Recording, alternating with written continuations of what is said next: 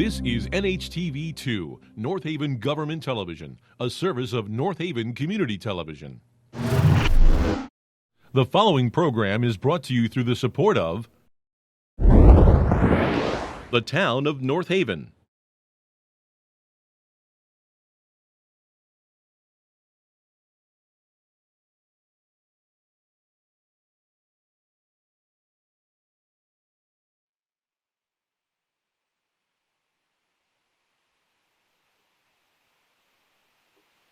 We're going to kick off tonight's Parks and Rec Commission meeting.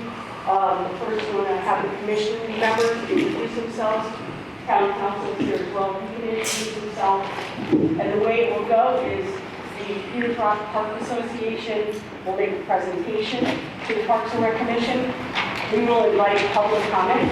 If you want to speak, regardless if you're supporting it or not supporting it, you can sign in on a sign-up sheet. We're using a sign-up sheet for the purposes of our minutes. Just so everybody knows, the meeting is televised tonight, so it is on NHTV. And at the end, the commission will then ask questions as well after public comment. I'm asking everybody to respect one another. I'm asking everybody, each person who wants to speak, other than the presenters and the commission members, you have 5 minutes to speak, and I will time you and do our best to kind of stay on track. And then when we get to the 5 minutes, you sit down, the next person raises their hand, and they'll come up. When we're done with everybody on the first round, you have then to speak again. I hope everybody's clear, and we're going to kick off with your questions. Al? Well, welcome everybody. My name is Al Santone, the chairperson of the Park and Rec. Along Mary Stan. Chief McDowell. Martin Constantine. Robert Kowaleski. Christopher Petty. I'm Jeff Canalford. I'm the attorney for the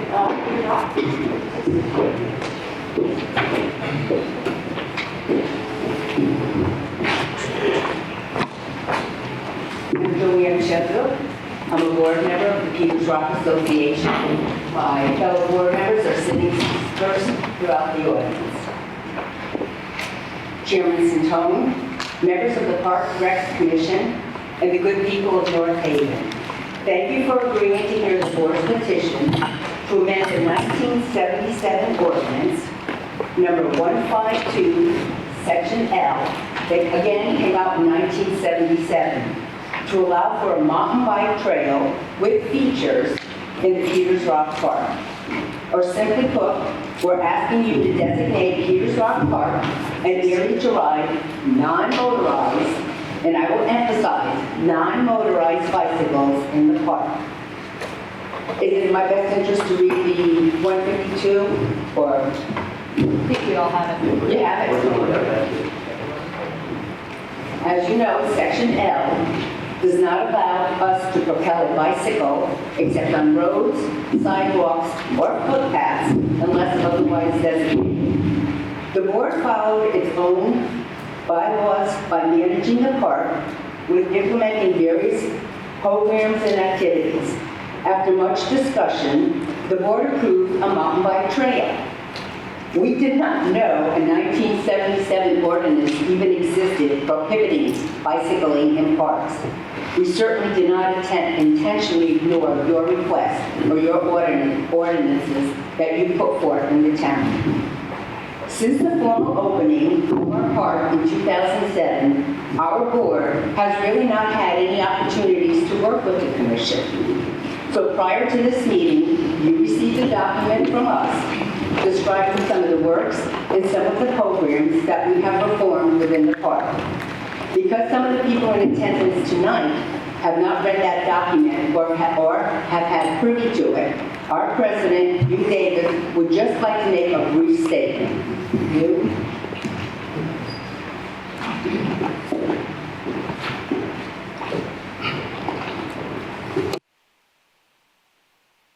I will try to be as brief as possible. Thank you for hearing me and others on this matter. I think you got a copy of what I wrote, and I cut that way back, and I think other people, it's probably a good idea to know some of the history and some of the accomplishments and such, and others will fill in many blanks. Following the town's purchase of 180 acres surrounding the existing Peters Rock Park in order to prevent development, and then the Neal Farm was added later, in 2003, the North Haven Conservation Commission presented to town officials a proposal to establish the Peters Rock Association for the purpose of protecting and improving the park. This land had long been used as a dump by residents and others. ATVs and dirt bikes were everywhere, and no real hiking trails were in place. First Selectman Kevin Lopez and Town Attorney Jeff D'Onofrio worked with the commission and other interested residents to create the Peters Rock Association as a nonprofit 501c3 corporation in 2004. Its mission was and remains to protect, maintain, and improve Peters Rock Park. This acreage, by the bylaws of the association, was to be, quote, for public use as park, forest, and open space with hiking trails, picnic areas, observation points, and other uses as determined by the association. Our primary responsibilities were and are to protect the environment of Peters Rock Park and to provide broad public access to the park. The association was also empowered to recruit members and other volunteers and to solicit member dues and raise funds. During the past 19 years, the association's efforts have been strongly supported by every First Selectman, and the Department of Public Works has provided invaluable assistance. We've also received generous financial assistance from the business community and service organizations, as well as Peters Rock Association members and other supporters. The association's board of directors assisted other Peters Rock have devoted countless hours during workday and protecting the park. We've also undertaken major projects that enhance the park, and Walt Brockett and Jim LaRussa will talk about these and other related matters. In addition, we've begun to develop mountain bike trails, and Rob Kissel and Matt Fucci will talk about this, which will add an important dimension to the park and provide additional incentive for families and individuals to enjoy it. All of these efforts have made the park a popular destination for residents of North Haven and other communities. Over the years, the increasing number of people using the park has meant that fewer dirt bikes and ATVs are present. We have worked closely with the police department to keep motorized vehicles out of the park, as well as camping and other prohibited activity. For many years, we have posted signs throughout the park that detail activities that are banned, and that includes the phone number for the North Haven Police Department. The association sponsors numerous events in the park. We have an annual fall festival. We sponsor bird walks and hikes to the summit.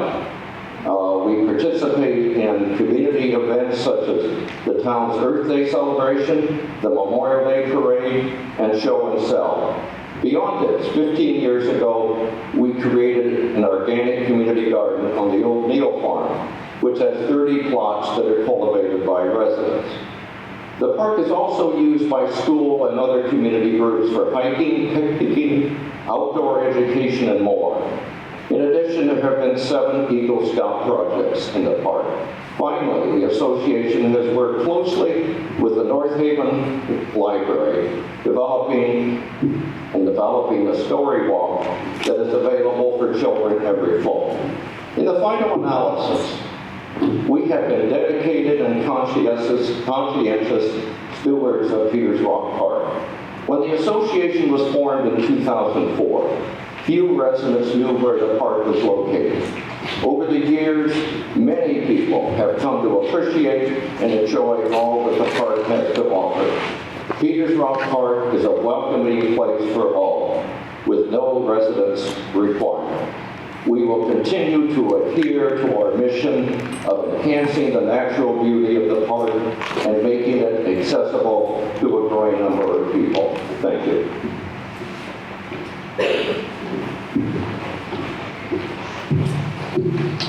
Thank you, Hugh. One of the concerns that the board imagines that you as commissioners have is the environment. What is the impact of non-motorizing, and again, I have to re-emphasize, non-motorized bicycling in the park?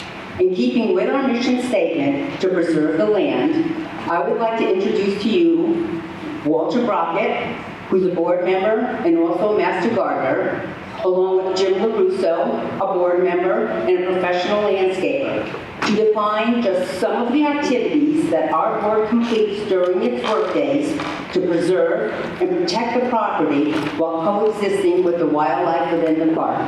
Gentlemen?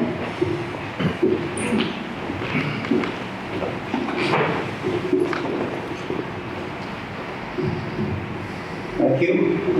Appreciate the opportunity to talk to the commissioners. This is Jim LaRusso, the other half of the team here. The silent half tonight. What we're going to do is talk about the park, and we have a mission statement for the board, which is that to preserve, maintain, and improve the land. I'm paraphrasing parts of it. And to provide hiking trails for recreation, education, with natural resources in the park. And I think you're going to see that we've fulfilled all of those requirements in the course of what I'm going to say here. The board consists of roughly a dozen members, and I've been involved with the board for the last 12 years.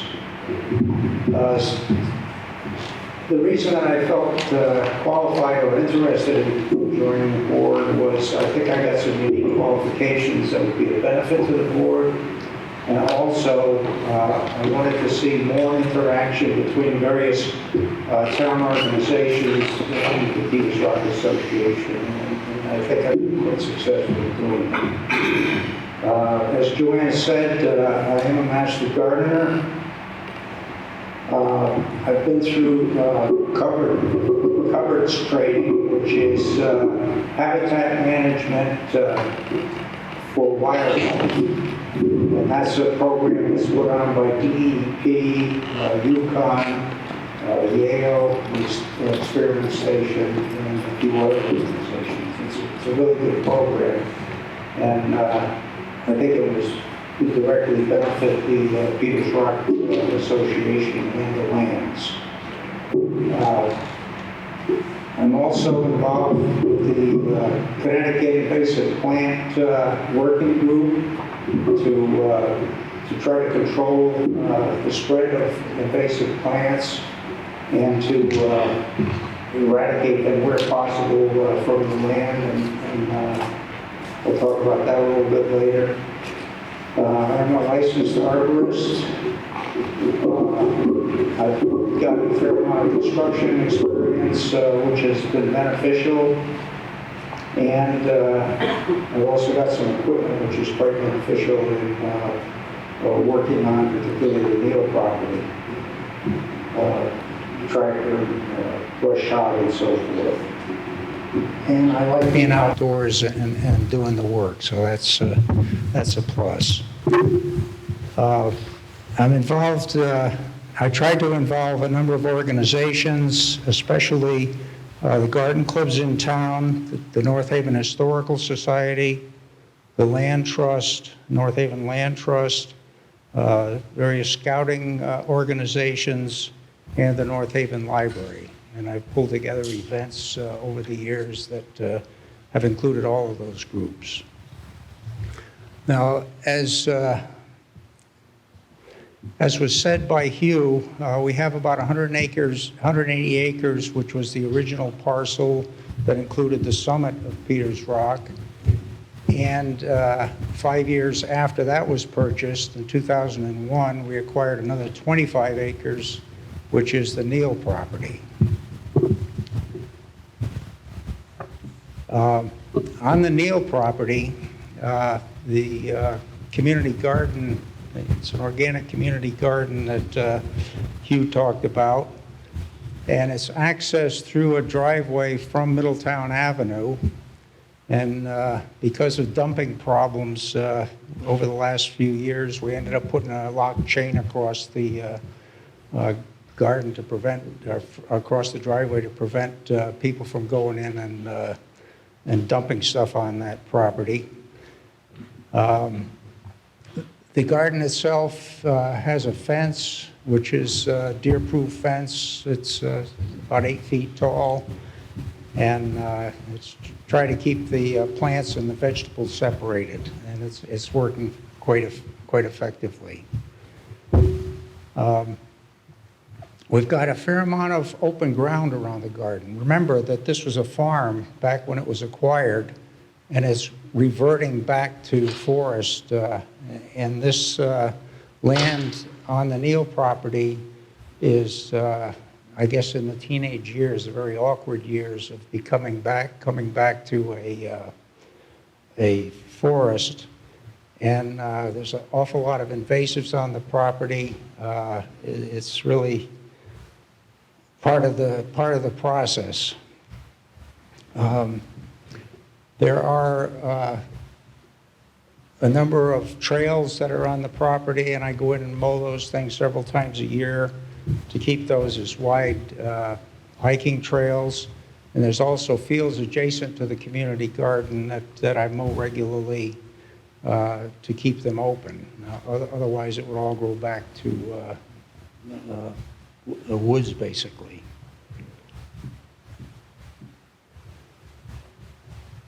Now, the main portion of the park, the 180 acres that was bought originally, has 2 access points, one being the entrance behind the First Fuel, and the second being the end of Hermitage Lane.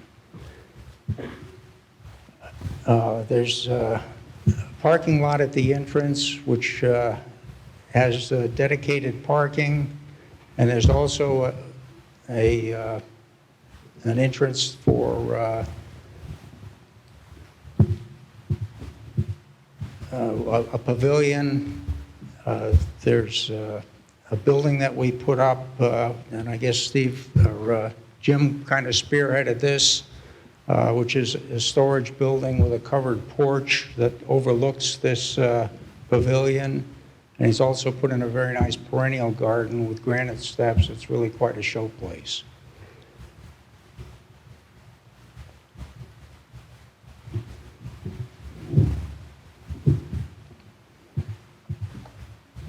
Oh, the kind of interesting, the flagpole that's there, tall flagpole, was moved from the old high school when they tore that down and put in down at the Peters Rock Park.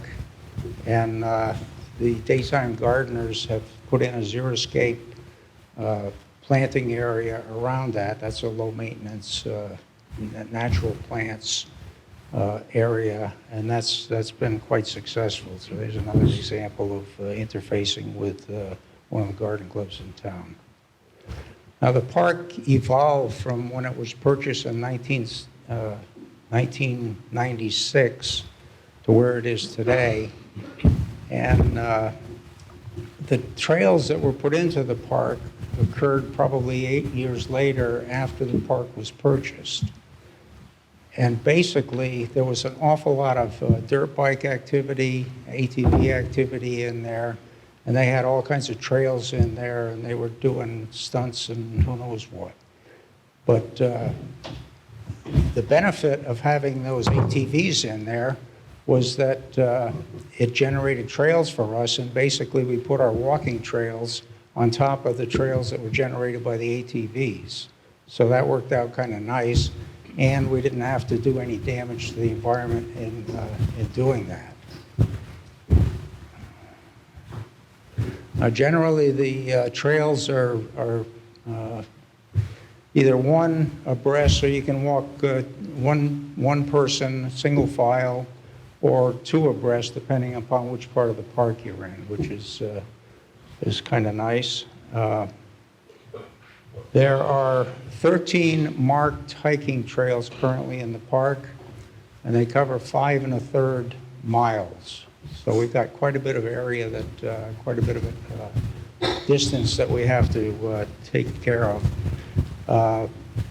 We conduct about 2 or 3 organized hikes in the park a year. Generally, those have some educational component to them in addition to the hike and enjoying the natural surroundings. The education typically involves some natural aspects such as trees, invasives, birds, geology, and generally those are quite well received, and usually we get a fair amount of response once we advertise those. Now, we've worked with the state forester for this region of Connecticut. He's been in the park, walked the park with board members, and given us suggestions for improvements or things that we might be able to do better and differently than we had been doing. He was genuinely impressed by the park and the features that it had, and was quite surprised that we had such a nice park so close to the urban stuff that's south of us. And he provided some pretty good suggestions about the land usage, the trails, and so forth, how to keep the water from eroding the trails, putting in some diversions, and so forth. He also pointed out the trees, and as an arborist, I thought that was kind of interesting. And I asked him what one set of trees was that was near the summit. And surprisingly, he gave me the answer, because it took me quite a while to figure out what they were. There are 2 cork trees that are growing up there, which aren't native. I don't know where they came from, probably a neighbor's property. But he was able to identify those things. Now, we've got a fair amount of wildlife that inhabits the park. Particularly on the Neal property, which is not a established woods. It's growing back, and you get more wildlife in that kind of an area than you do in an established woods. We see deer. I see deer regularly in the Neal property. Seen coyotes, box turtles, wild turkeys, squirrels, chipmunks, woodchucks. Rarely we see a bobcat in there. They have quite a large range, and they're very, very secretive animals. And I've seen bear scat several times in there, so apparently bear are wandering through, but I haven't seen a bear yet. I hope to, though. As far as trail maintenance is concerned, that's an ongoing problem for the board. We've got the 5 1/3 miles of trail that we have to do. The trails have to be marked. They blaze with paint on the trees to identify where you are, on which trail you are. And Mother Nature is unkind to us. We've had 2 tornadoes, we've had hurricanes, we've had heavy snowfalls on trees with a lot of foliage on, and there's been a lot of damage in there. So we've got to get in there regularly, and usually we have a work party that does that. And basically we have to take all the trees that are crossing the trails and basically cut them, remove the sections so you can open up the trail for people to use the trails. In some areas, there's a lot of brush, and that tends to grow in and try to cover up the trail. So we've got to go and trim that back, and that's a continual, ongoing process that we've been doing for years. There are structures that the Boy Scouts have put in, bridges, walkways, And those, we have to monitor and make sure that those are in good repair. We have had a little bit of damage that needs to be fixed, vandalism damage and element damage. Now, in doing this thing, our policy has always been to not alter any water courses that occur naturally within the property. Basically, we put bridges over the existing small stream that runs through the property, and that's done at 3 different locations. There's some wet areas where we put in walkways. And our other policy is to try not to cut any native trees. Non-native trees are fair game, native trees are not.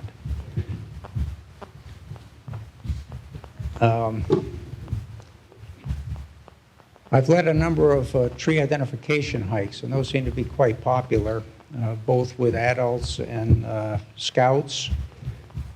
And interestingly, there's 3 exotics on the property. The cork tree that I talked about, which is not a native tree.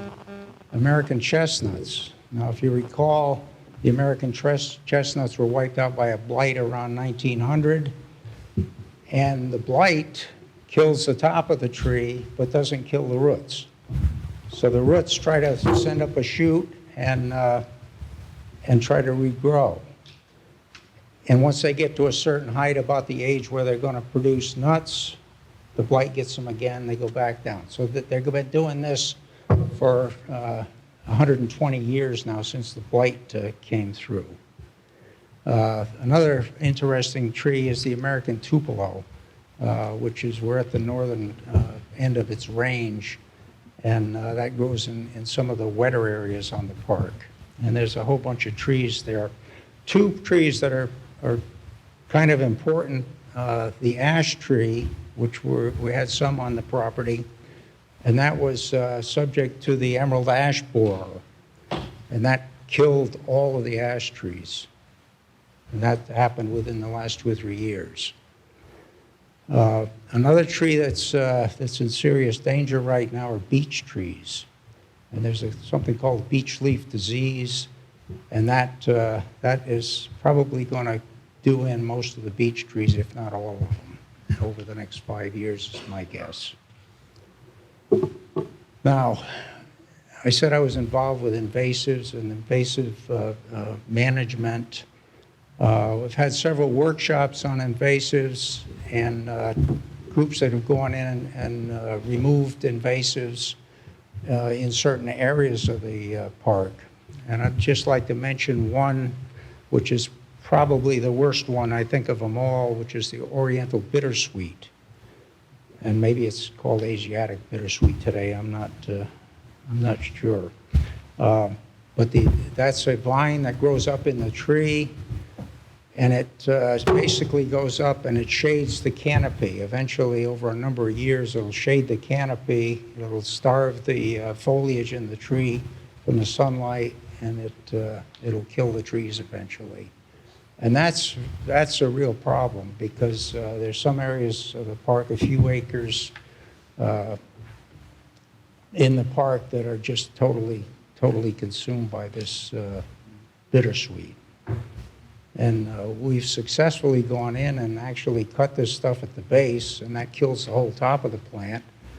And to my surprise, that pretty much solved the problem. They didn't seem to grow back. Now, we're involved with a number of scout projects. As Hugh said, there were 7 scout projects, and they're involved with building bridges over the existing water courses. And when you build the bridge, it frequently is muddy on either side of the bridge, so then we had to build approaches to the bridge so you didn't get into the mud.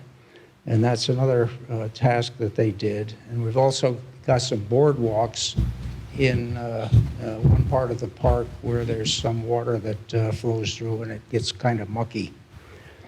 And we're hoping to do a fair amount more of installing boardwalks in the near future. There's a companion program to the Eagle Scouts and the Girl Scouts called the Ambassador Program. And one of these young women proposed making the story walk. And I've made, I think, 37 or so story walk podiums. And basically it's a pedestal with a flat plywood top to it, about a little bigger than the size of the lectern here. And we put down laminated pages from a children's book and then put plexiglass over top of it to further protect it. And that's been a fantastic hit with the younger families. We've been doing 2 of those a year in conjunction with the library. And we've also used those on the town green here. You may have seen them there.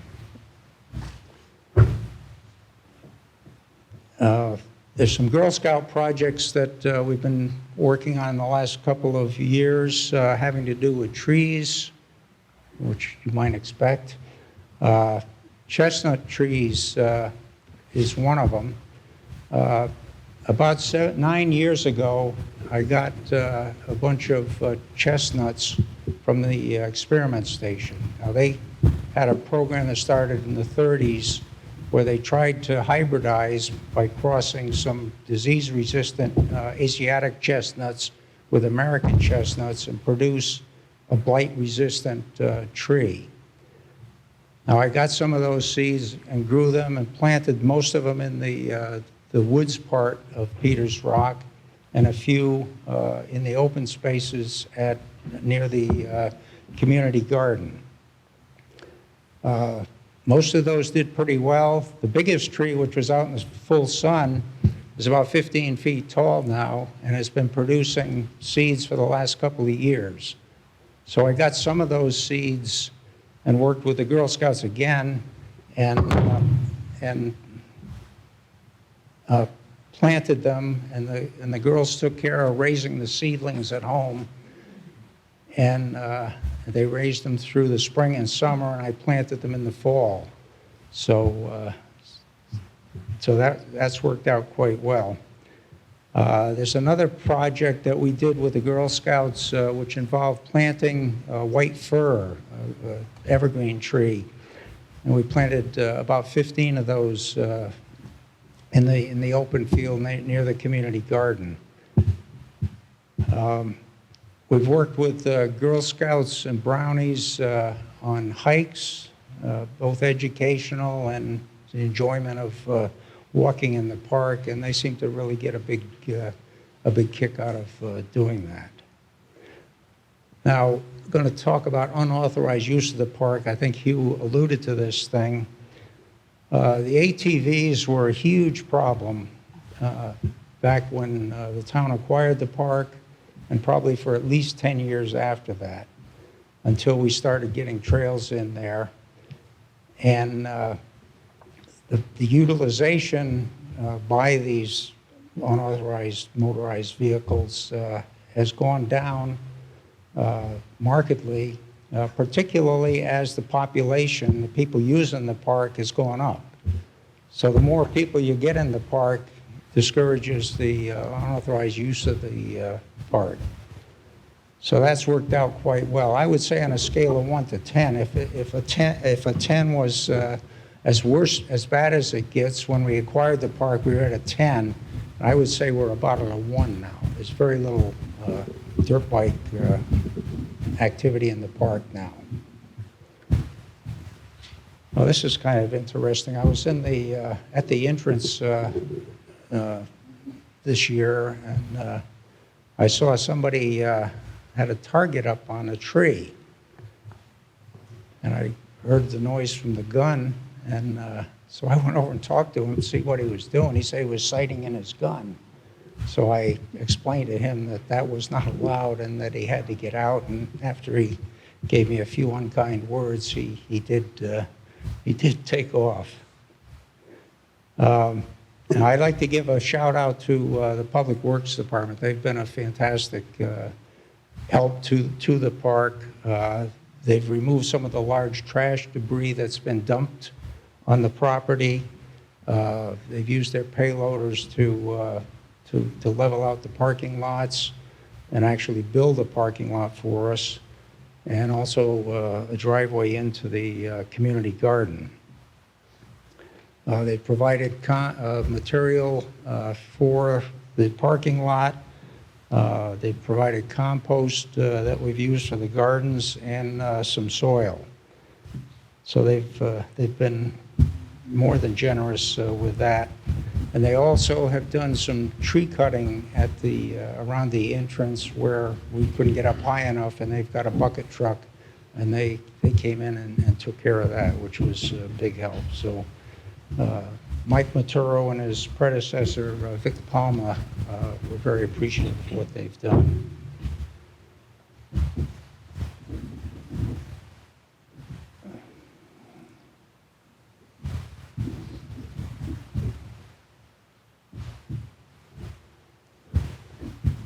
Okay, so I'd like to circle back to where I started with our mission statement.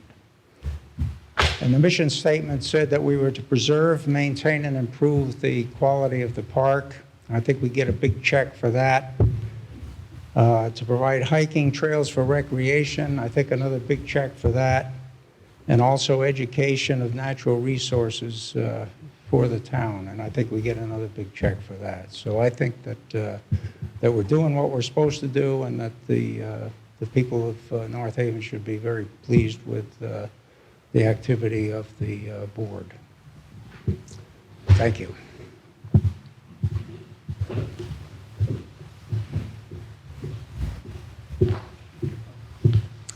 Thank you, Walt and Jim.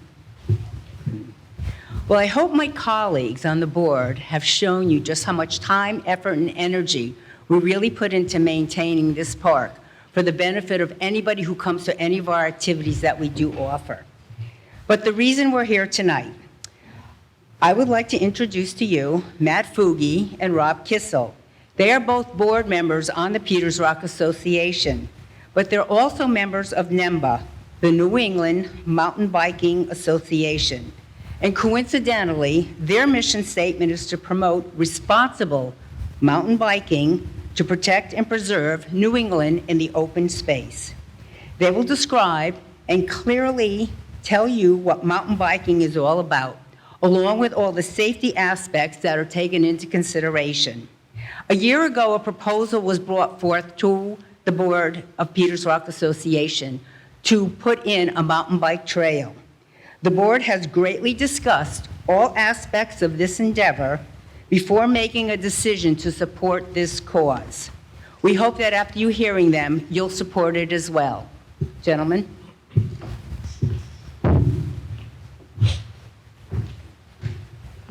Good evening. My name is Rob Kissel. I'm Matt Fugi.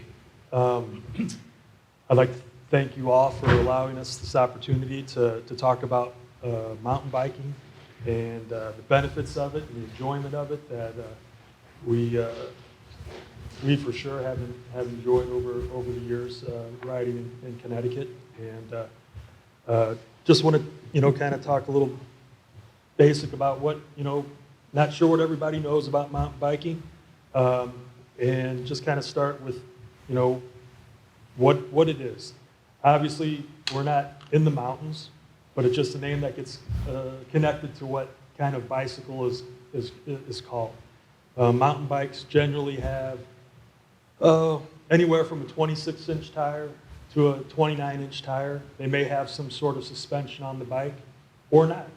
It all depends on how you want to ride your bicycle.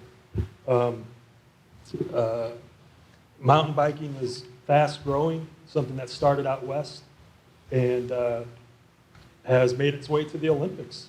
In the 90s, it came in Atlantic, the Olympics there. We also, just in Wallingford, for children that are between the age of 9 and 18, it's called CCAP. This is an organization that allows kids to learn how to ride bikes and to do it safely and enjoy the sporting part of it. Um, uh, Part of the other importance of mountain biking and to have a place to ride is we need safe places to ride.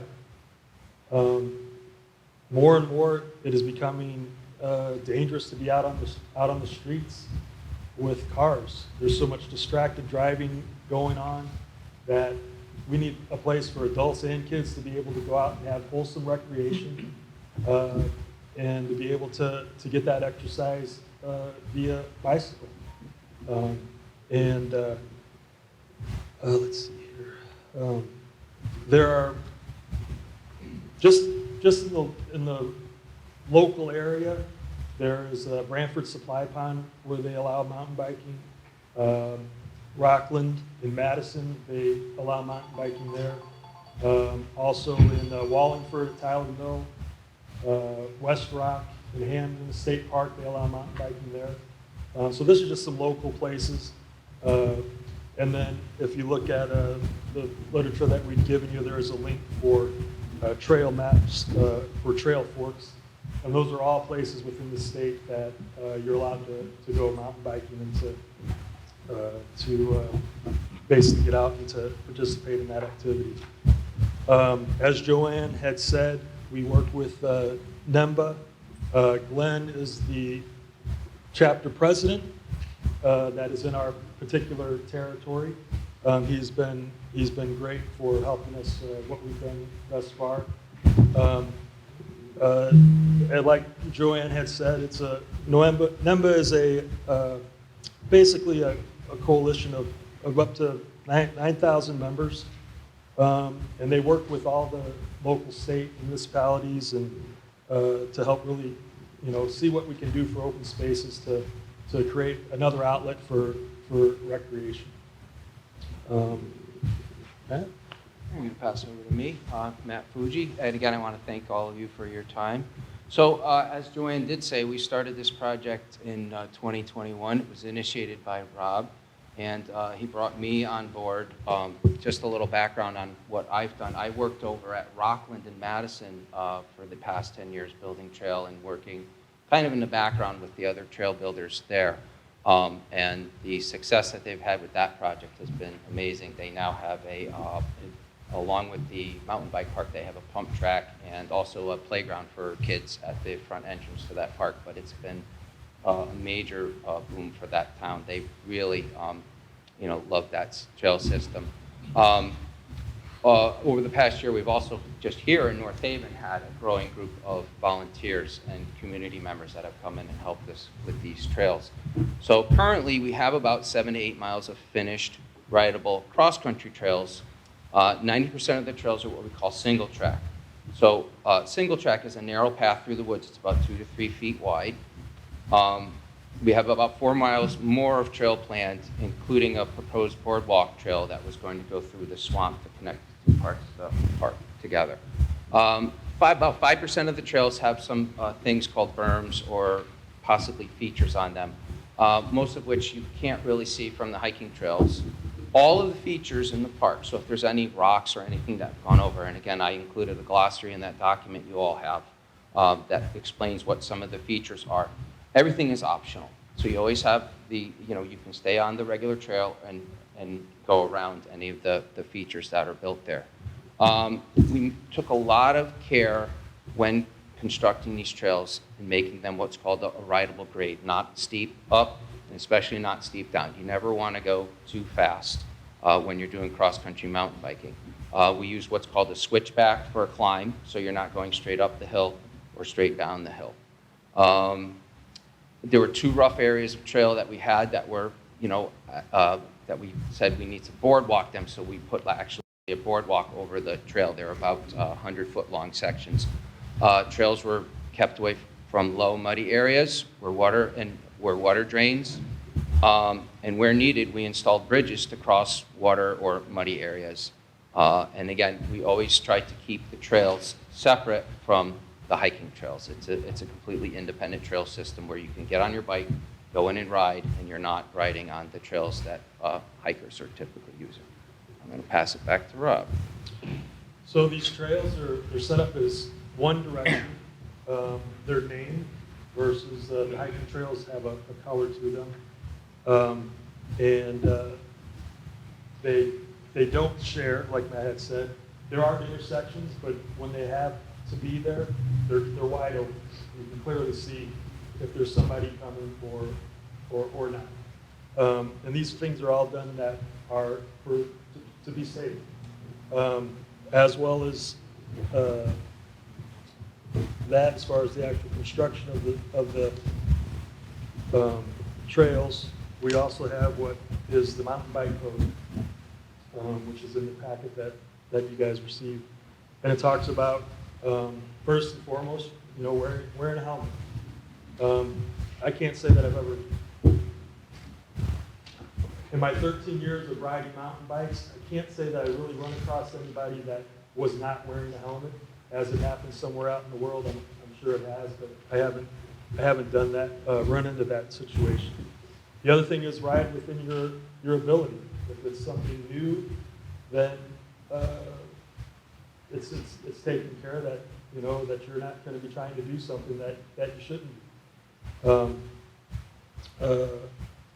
If we do happen to cross paths with a hiker, that it's always been, as far the community that I've been a part of as mountain bikers, it's always been, how you doing? It's a great day to be out. Let's all enjoy this. Let's all enjoy this together. Mountain bikers naturally are folks that a storm has come through. They volunteer. Can we come out and help clean up? If they see things along the trail that was littered, they'll pack it into their backpack and take it out.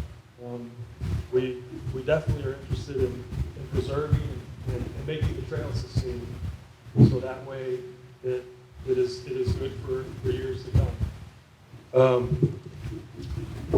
With that said, these single track trails are also excellent opportunities for cross-country runners. They make great paths. They're not a straight line. They make the run interesting for them. This could be something that could be also advertised for the middle school and the high school cross-country teams, that if they wanted to come out and have a practice out there, that we could create some sort of trail for them, so that way they'd be able to also be able to use them as a footpath, which would lend to the ordinance that we're here discussing about. Let's see here.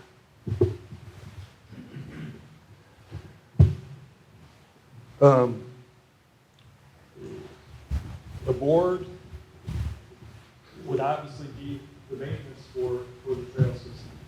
We currently, as you've heard, we've taken great time and effort to make sure that the park is in a position for everyone to come visit and be able to enjoy. This is something that, as an avid bike, rider, I would be out there as well as Matt, and then we would see, hey, when there were a tree down, if there was an issue with something that we could fix it. So that would be something that, obviously we would take care of, and as far as our responsibility as a board member. Yeah. Well, again, and I'm as preparing this, I've probably spent, much to the chagrin of my wife, probably a couple hundred hours out in the woods working on this trail system over the past year. I've noted here even the amount of garbage and things that we've removed. I always have an extra trash bag or two in my backpack. We're cleaning out garbage from the woods. The amount of things that we found out there has been unbelievable. Just to speak to, when we're creating these trails, once we finish a section of trail, actually I'll go back even a little bit. I'll go out and flag the trail, and we prepare it. Rob and I have had this language, this dialogue between us, that the land dictates the trail. So we kind of figure out the best way. We set the trail up, look at, again, a lot of the aspects of keeping the grade low and where will people go and keeping it away from certain areas. You always have to build the trail around the trees. We're not in the business of cutting anything down, nor do I want to be cutting any trees down. So once we finish a section of trail, Rob and I and some of the other guys involved will go out and we ride that section of trail to make sure that it works. And we're always looking to modify anything that can impede riders and make the trails better. The trails, we've talked about this before, but these mountain bike trails are not good for motorcycles and quads to ride on. They're way too narrow, they're way too twisty, and it's just not something you're going to take a fast-moving motorcycle on. When you're on a bicycle, you're only moving as fast as you can pedal, okay? So you're not going to be flying through the trails. In my experience at Rockland, we had a very bad ATV and quad problem out at Rockland and Madison. Now everyone in the neighborhoods out there, because you're out in the country, own all-terrain vehicles. Once we put in the trail system there, it basically dropped off to nothing. And the reason is they don't want to see people out there. People all have phones on them. They're taking videos and things. So they stay out of there. Even in just the past year of being at Peters Rock, I've noticed a huge decrease in the amount of quads and ATVs that are out there. I know my first couple months out there, I would, every day, I'd hear them whistling through. And I would talk to the guys. I say, look, you know, you're not supposed to be in here. And most of them kind of, you know, shrugged it off and would take off on me. But I have not seen any ATVs in there recently or bikers. Rob, do you have any more you wanted to add? I'm just... So, did you, as the commission, have any questions so far about what we with the mountain biking? I think we were under the impression that your whole presentation would be about 20 minutes. And it's Oh. almost an hour. And we didn't know. Oh, okay. Joanne said she had a brief presentation, so I thought it was going to be more like a half an hour. Okay. Everybody- That's fine. We just, We want to give time for public comment next. exactly. And then after public comment, I think the board then will start asking questions. We wanna hear- And that's Thank you, my Lynn. point. Yeah. Before we do open it up to questions, I would just like to invite everybody in this room to actually come out and see for yourselves. Please don't be misled by propaganda or false information. Come out and see what it's all about. And I think you may find, once you're there, you're actually going to want to support us. Maybe you'll buy a T-shirt from us. This is one of the ways we raise our funding. Come out and support Peters Rock and hike the rock with us. So yes, we encourage questions. Please, we want to be good neighbors. Thank you again for your time, and we appreciate being here today.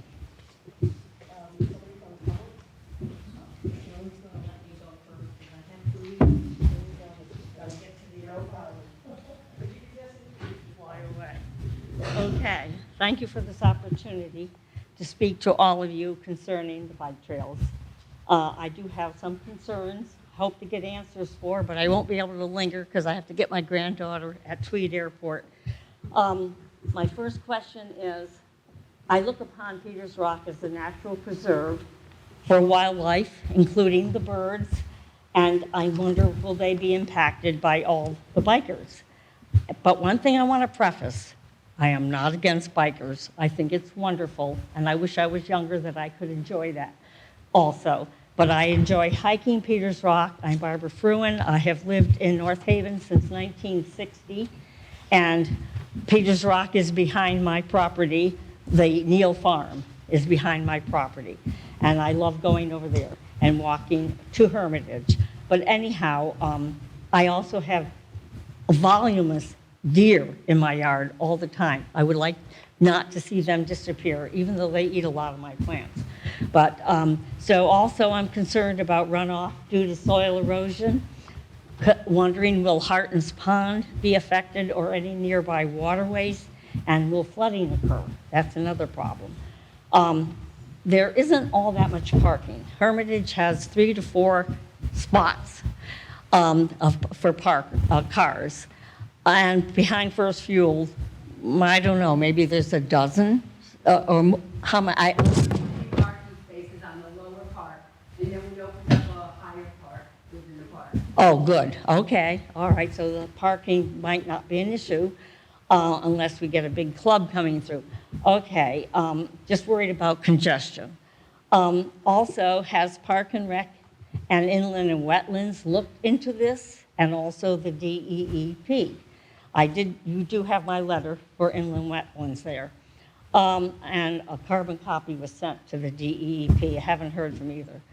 Also, are the bike trails going to open up? Well, they are open up Are they going to allow, and you've spoke to this, the ATVs and motorized bikes aren't to be there, but I remember Walter Brockett, where you placed logs across the trails to prevent the ATVs that were already in there, and that did help somewhat, but now I wonder, hey, they find out there's bike trails, let's join them. How will that be policed? Can we prevent that from happening? So that's another question. Also, I've heard there's a berm that's been created near a natural runoff area and pipes placed in the ravine. Is that really allowed? I don't know. I need an answer for that. I also like to know, how do we, as Peter, I'm a life member of Peters Rock. How does Peters Rock benefit from this? I know it's a wonderful thing. It's a healthy thing, and it's all that. But Sleeping Giant doesn't allow bikers. Why? I wonder what their reasoning is. And also, many parks out there charge for bikers to go on their property. I don't believe we're charging if this does happen. Also, I know some of the trails, hiking trails, are intersected by bike trails with people walking and bikers whizzing. Where's the liability falling if someone is accidentally injured? Hiker or biker, where's the liability, sorry, going to fall? If someone is injured, does Peters Rock assume this? I don't know, but I am a life member, so I'm curious. Also, what's going to happen over time, years to come? Will there be a lot of soil erosion? Will there be more parking that necessary because it's become popular? So these are my questions, and I just hope we've thoroughly investigated the pros and cons, and I know there'll be other speakers after me with questions, so that this is something that we are going to not regret years down the road. I don't have that many years left, but that we would regret. So thank you very much for hearing me. I appreciate it, and now I've got to get to the airport.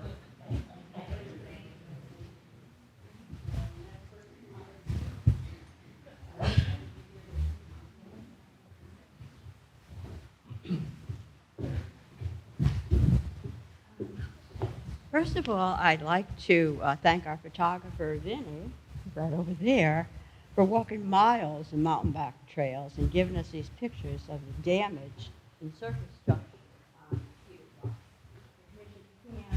Just looking at this, everything they said, all of this stuff, including PVC pipes, including PCV pipes put in the ravine. Who ever heard of that? That comes from the wetlands. That goes down the wetlands and into the Quinnipiac River, like all the waters from Peters Rock.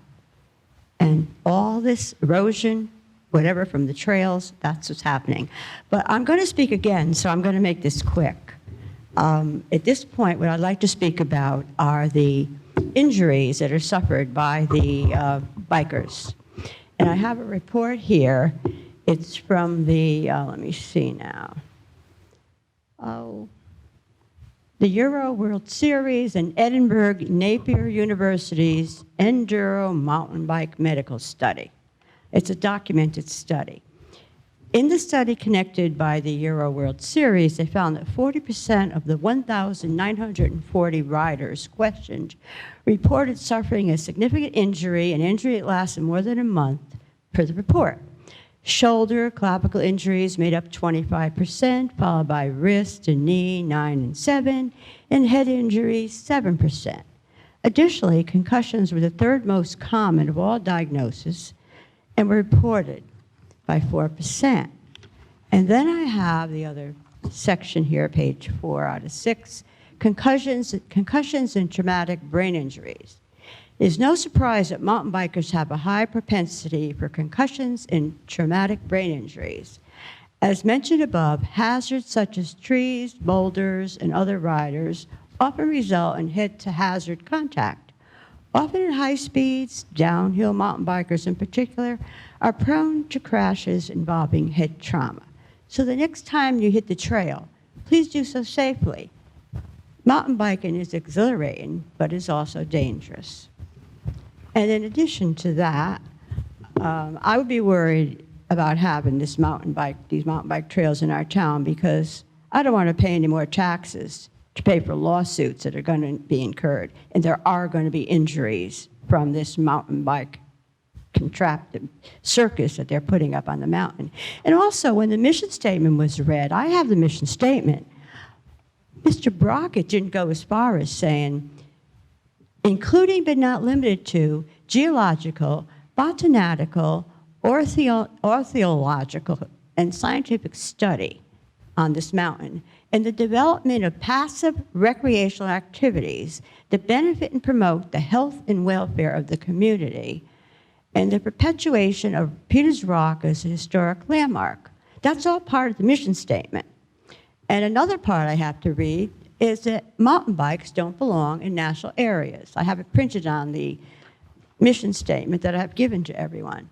And most natural areas allow passive recreation. Now, this is a definition of passive recreation as is stated in their mission statement. Passive recreation includes walking, hiking, and birding in small groups. It does not include mountain biking. And that's, did I speak for 5 minutes yet? I what? Oh, I do. Oh, all right. Then I'd like to comment on one thing.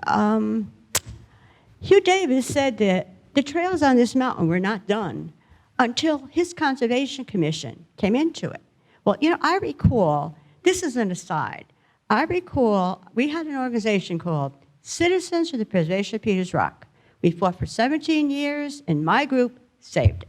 I'm going to say that. Of all the development, we brought in the Kingsmark Environmental Review Team, and that was very instrumental in saving it.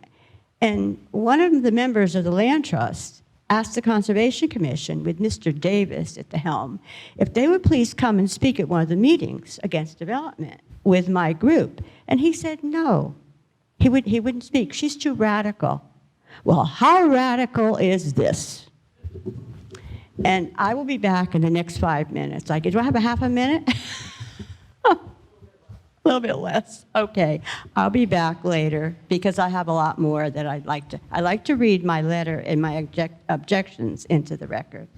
But also, I'm asking the commission to please look at these pictures. If you don't see damage there, you'd never see damage. It's unbelievable.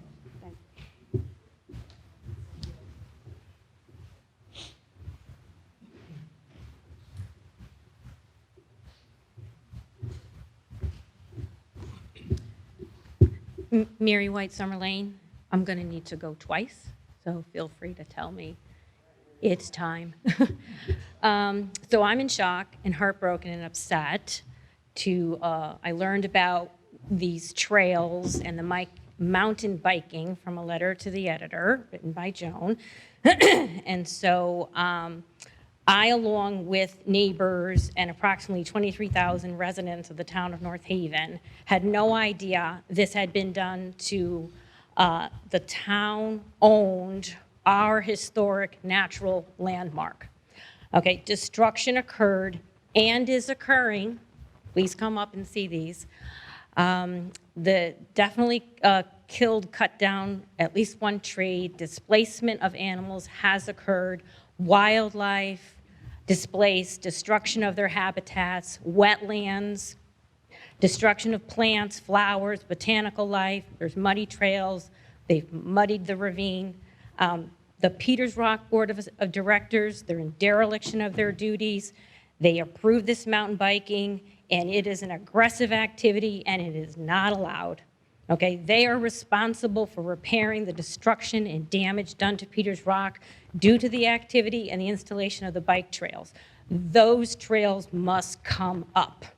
My husband, Tom, our son, Jimmy, and myself, we hiked to the top of Peters Rock when Jimmy was in grammar school. That's when I fell in love with and in appreciation of Peters Rock. So I'm here to ask this commission to deny the amendment, 152L, to deny the request for jumping ramps and structures, but I'm also asking the commission, after listening to the evidence, to begin to right this horrible wrong by making a motion and then voting mountain biking is a prohibited activity. It is because it is not passive. Only passive activities are allowed in Peters Rock. Mountain biking is aggressive and dangerous, has caused destruction at Peters Rock. And mountain biking violates 152 H, J, and L. I have done research and have compiled 8 facts and evidence to support my request of this commission. Number one.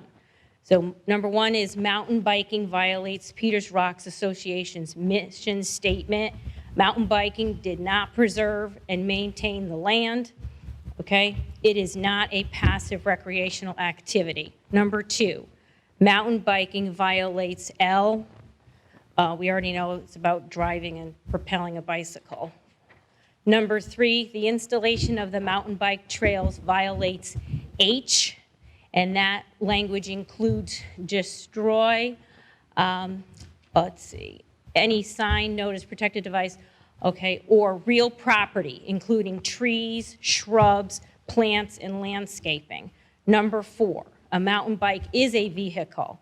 Dictionary.com defines a vehicle as any means in or by which someone travels or something is carried or convened, a conveyance moving on wheels, runners, tracks. Mountain bikes violate J, quote, which includes operate any vehicle at a rate exceeding 5 miles per hour. Number five, bikevirtue.com, quote, mountain bikes are made to go fast over long distances or rough terrain, end quote. Mountainbikereport.com. Here I learned how fast mountain bikes can go. They absolutely go in excess of 5 miles per hour. The speed of mountain bike depends on numerous variables. The rider's fitness, skill, experience, the trail, is it flat, downhill, muddy, are there obstacles? Jumps and drop-offs help increase speed. The purpose of the mountain biking, are you riding for fun or racing? Racing will increase speed. The study group of 30 riders consisted of beginners, intermediate, and experienced. The average speed of an off-road mountain bike going downhill, a mountain bike can go 31 miles per hour to 37 miles per hour.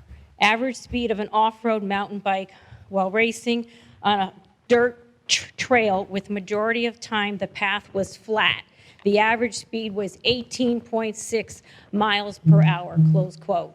Adventure.com. Here I learned about average hiking speed for humans, which is, quote, the median pace at which you walk in a certain time frame. It can range from 1.5 miles per hour to 2.5 to 3.5 miles per hour. Am I done? Okay. I'll come back for the rest of the numbers.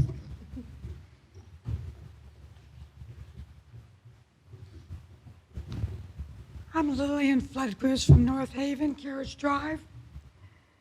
I was disturbed to see that the date of this meeting was changed from the 20th after being in the newspapers more than once. No advisors were delivered in my neighborhood this week. Who knows why? And it was just luck that I picked up an advisor at the grocery store and saw that the meeting was tonight. I hope that wasn't a ploy by moving the date to get less people here to talk against the bikes. I've hiked Peters Rock more than once, back when I was a den mother with the Cub Scouts, and on organized walks put on by the association. I like that they told you a history of the lock, that they pointed out trees, and other interesting facts. Also, the Boy Scouts Eagle projects were shown to us. I'm not sold on the idea of bike trails, not just the environmental impact, but for the wildlife, for maybe the tranquility of other hikers. And one other thing, there was a cease and desist order temporarily while this was discussed. And yet, they're running ads to sell T-shirts that say, "Bike the Rock." Poor timing. Thank you.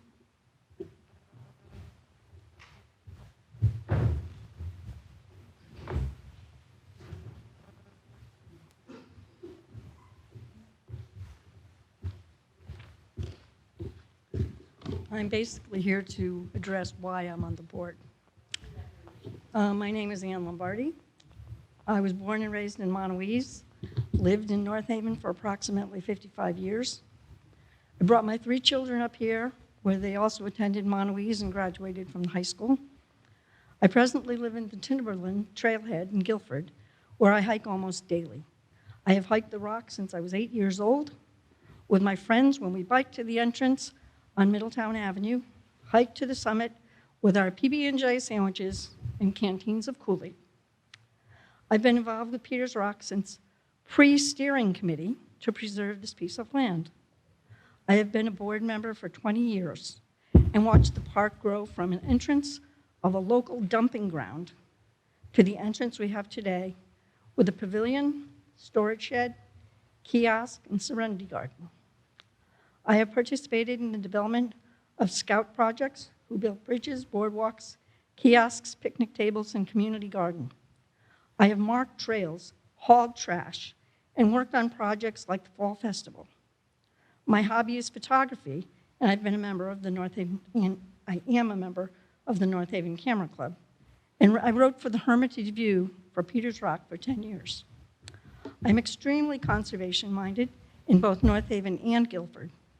I love the historical facts about the land and the unique geology. We have our own volcano. I note that all parks in town do not have a residency requirement, and know that North Haven residents also enjoy parks in different towns.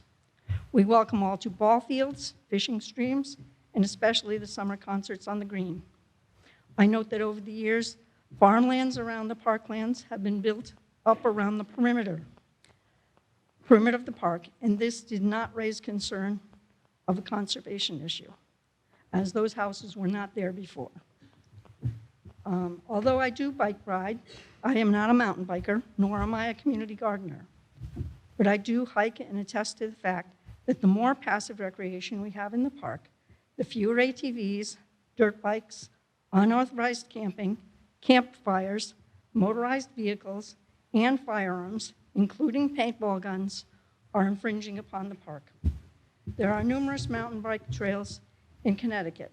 I have not heard of any serious problems in other designated areas.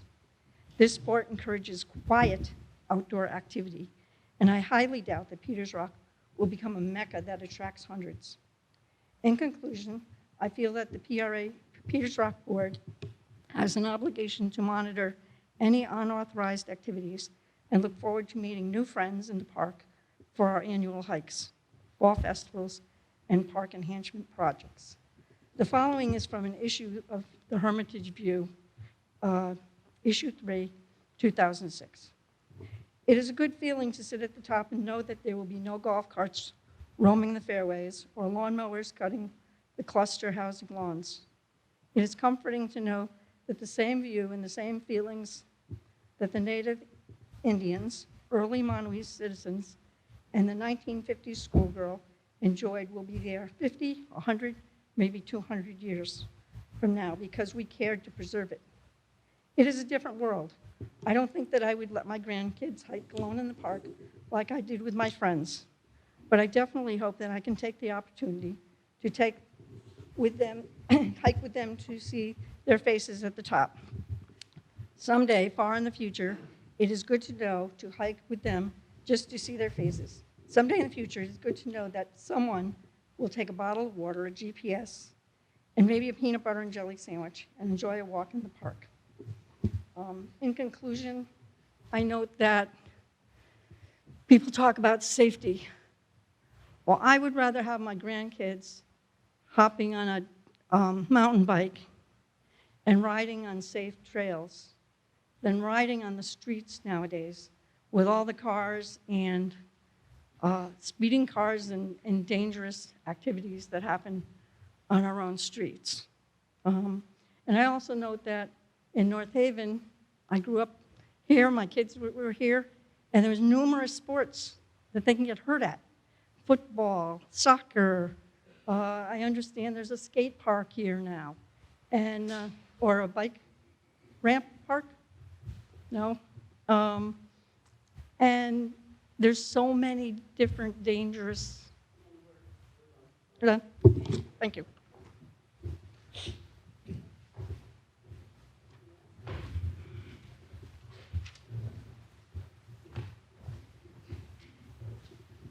Tom White, Summer Lane.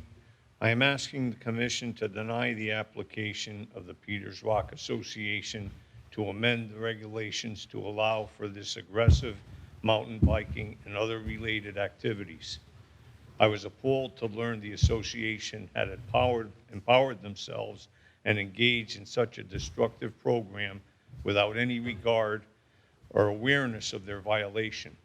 Additionally, I ask this commission to require the association to return Peters Rock Park to its condition prior to this project and repair any damage that has taken place. Also, I am particularly concerned about the infiltration and destruction of the wetlands areas that has occurred on the property. We as homeowners are forbidden to enter wetlands areas on our properties and observe 50-foot buffers to protect them. Ecological, botanical, and aquatic activity is clearly being decimated here. Again, I ask this commission to take the appropriate action and deny this application and further impose sanctions against the Peters Rock Association to prevent these type of activities from taking place in the future. Thank you.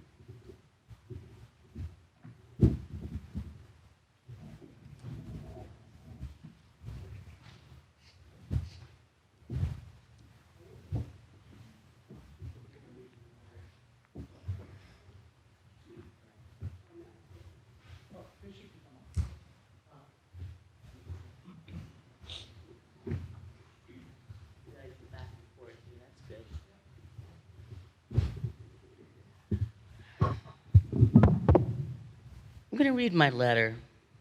I was going to give it to the commission to read it, but I've added a few more things, and I think it's important. To the Park and Rec Commission members, illegally, the Mountain Bike Association trespassed on Peters Rock and so far opened up new trails, created a drainage area with berms and PVC pipe within the wetlands, cut down adult trees to accommodate the new trails, and built structures for mountain bike activity.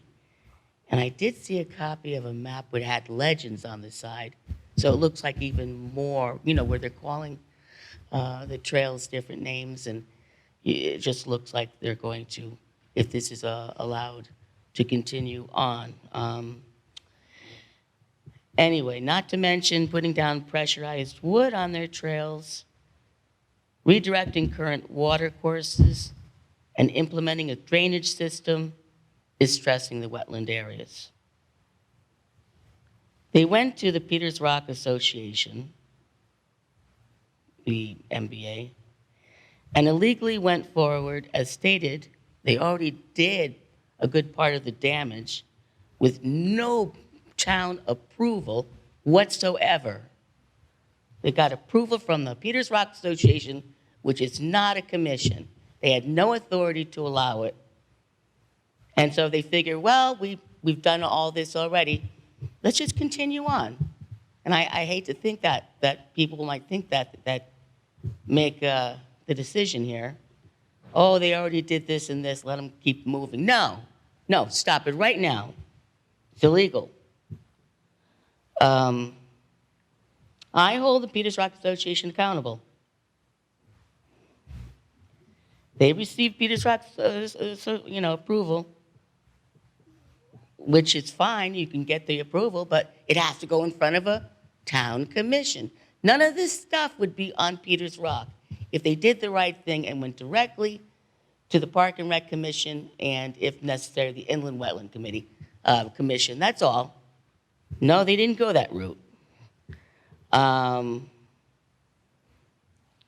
Peters Rock Association, they didn't even care at the meeting that they got a trail map. How can you make any kind of decision, even though they couldn't, they could refer it to the town. How can you make any decision with no trail map? It doesn't make sense to me. They didn't care about that being submitted. And even at that time, the Mountain Bike Association didn't have a completed map. So you really, it's kind of bizarre. They only want the Peters Rock Association, they only wanted to review the activities,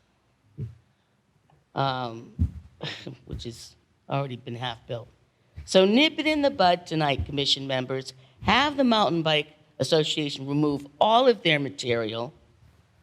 Looking at the Mountain Bike Association's current legend map, they plan many more mountain bikes like structures and trails encompassing the entire property. The Mountain Bike Association violated 152-1, sections H and L. I know Mary brought up other sections, which is true. It covers destruction of trees and illegal bike activity. This is a town ordinance. It's as it stands now, it's active. To amend it tonight, I don't even think that's a possibility. So I think I went on and on, but it's true about it. We might be opening up a Pandora's box. The amendment to the town ordinance is the only thing that is one of the things that protects this property as read. And we don't want this in the future, this Peters Rock, being further damaged by any other vehicles. Don't forget, mountain bikes, they do have electric ones, they have gas generated ones. I hate to see it, but it's a possibility. I just think we're opening up something that is illegal to begin with, and we're just opening it up unnecessarily, illegally, and with no authority. Thank you.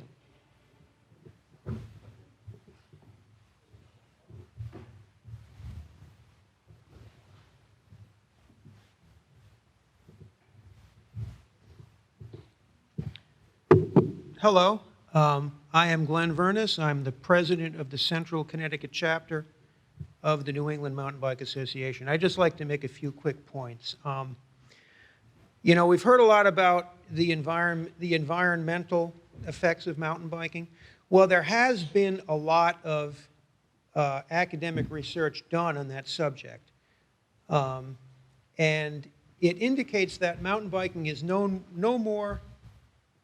has no greater an effect on the environment than hiking.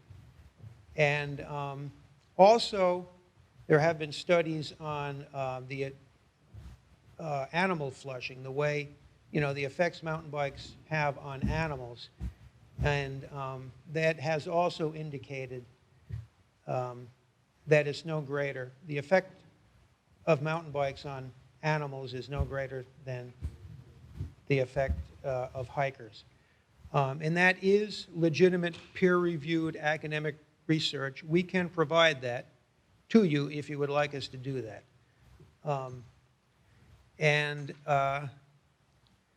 I have been building bike trails. I've been mountain biking for about 35 years.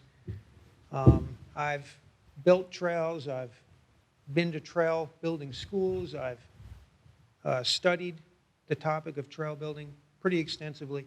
And I can tell you that the mountain bike trails that were recently built at Peters Rock, they are the most environmentally sustainable and erosion-resistant trails that are currently at Peters Rock, okay? They are the best trails at Peters Rock, without a doubt.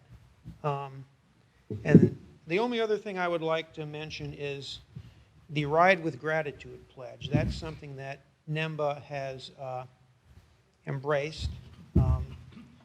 It's basically it's something that mountain bikers are encouraged to sign on to. It's basically just a pledge. And there are basically five aspects of this pledge. Protect the trails together. You know, mountain bikers tend to be very covetous and very concerned about their trails. I mean, we help maintain them. We're concerned about them. We want to, you know, we don't want to see them misused. Be an example. We try to be an example for the other trail users. We try to use the trails responsibly. And forgive me, I'm having a little, okay, respect the gift. The gift is basically the trails, and we want to respect that gift. And we want to appreciate the fact that we're given the opportunity to use these trails. Protect nature. Mountain bikers are environmentalists. We want to get out in nature. We want to see the trees. We want to hear the birds. You know, we are environmentalists. We will help protect Peters Rock from environmental damage. Care for others. I mean, we're always there. You know, mountain bikers, we can cover a fair amount of ground, so we see things. We're always there to, you know, give directions, help people if they get hurt. We carry cell phones. We can call 911 if we see another trail user get hurt. Be the example. That's basically just about, you know, that's kind of the most nebulous of the five, you know, the 5 parts of this pledge. But you just want to be polite. You want to set an example for other trail users. Be a responsible trail user. NEMBA has, you know, we encourage all mountain bikers to take this pledge. That's basically, those are the few things that I wanted to say. And thank you for giving me the opportunity to say them.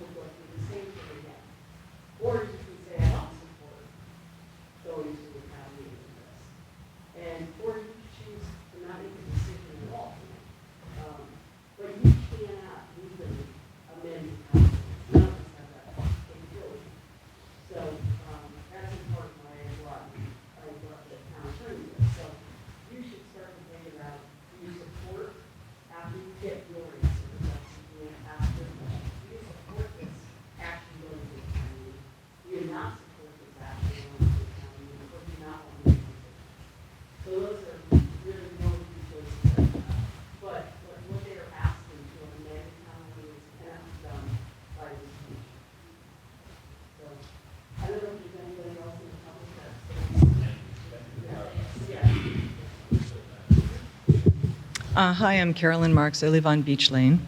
Thank you for having this evening. I think I don't know how many of the rest of us who are here, how often you hike Peters Rock, but I'd say on average each year, and I've been here for almost 20 years, I hike it 60 to 75 times a year. so I'm in there an awful lot. I'm not a mountain biker. But when I noticed the work that was being done on the trails last year, I was impressed actually by how careful the trails were being built. I went in there when I got a call from one of my family members about this the other night, and so I ran over there to take a look to see if something else had been done in the trails that was, particularly concerning to me. And I have to say that I didn't see that, and I'm a little bit disturbed when you take pictures that are just pictures and put them side by side. It doesn't really give you the overarching sense of what's going on in that park. I didn't find that in hiking the trails that it felt as though the bike trails were disturbing my experience of hiking. I have to say that over the years, and as I said, I've been hiking there for a long time, I have been approached in aggressive ways by people who are hiking themselves in there, making it feel a little bit unsafe sometimes. I've witnessed the amount of trash that gets dumped by people who aren't there meaningfully, meaning to use the park in respectful ways, and that's always been upsetting. I've seen what's been done by the ATVs and the dirt bikes, which it does cause quite a bit of harm. I have not been in there when any of the mountain bikers have gone through there, so I can't speak to that. But what I would like to speak to is the idea that if we have responsible users of this public space that's dear to all of us, I think we're probably going to then see a lot less irresponsible use of that space, including the kind of dumping and destructive activity that's been there over the past few years. And that's pretty much my point of view. Actually, I did have one other thing that I wanted to say. It would be nice, and I don't know what the future plans are for the mountain bike trails. I think it would be really great if we could make sure that some parts of the park are preserved for no trails at all, and so that there's a balance there. I think that would be a really great outcome. But it would be nice to know that there are enough people using the park so that those of us who do use it feel safe, and that they're using it in a way that's respectful. Thank you.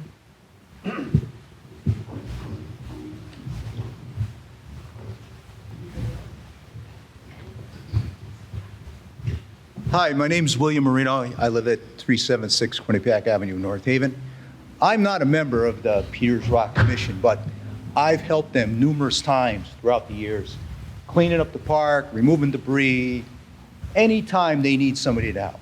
And I know for a fact that nobody on this commission would do anything that would maliciously destroy the environment of Peters Rock. I've hiked it many times myself. It's a beautiful spot, and I think anything that encourages people to come out and use the park and use it in a positive way, believe me, that is a plus for the town of North Haven. If all the other towns around us are putting in these parks, these mountain bike parks, and people are using them in responsible ways, and you have these groups, these organizations that are going to come out and maintain the trail, I think it's great. It's a win-win. I think it's wonderful. And as a matter of fact, to my wife's chagrin, maybe I'll go buy me a mountain bike and take it up, because it's only a few miles from my house, so it'd be great, But I would encourage you to look into this, give it a favorable thumbs up, and I think what they're doing is fantastic. It's a thankless job, and actually I would encourage more people, anybody in this room, if you've got nothing to do on a weekend, go up to the park, take a trash bag. Like these guys say, I've hauled out more trash out of that park. Soda cans, this, that, the other thing. Let's go ahead. Let's move forward. Let's encourage this. Thank you.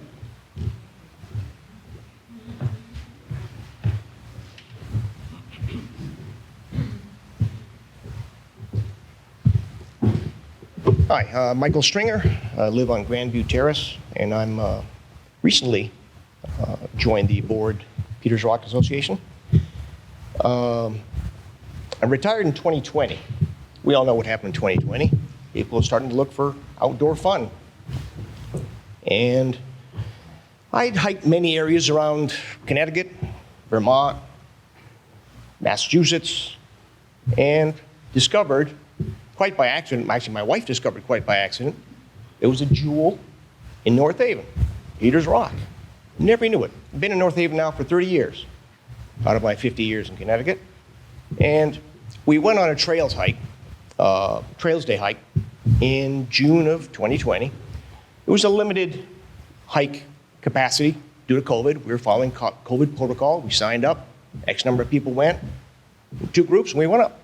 Really enjoyed that. And it was really on the great part of people that have spoken here before. Walter Brockett, Mike Fletcher was there, tree identification, birding, the whole bit. It was really nice to see good, sane activities take place. So I was asked to join the board, and I very willingly did so. And since then, I won't go into all the details, but they've been covered multiple times. But Trails Day, cleanup days, fall festivals, featured hikes, Memorial Day, all that stuff. They do a lot of community involvement. We go out of our way to make sure that we involve the citizens primarily of North Haven, but it's open to anybody.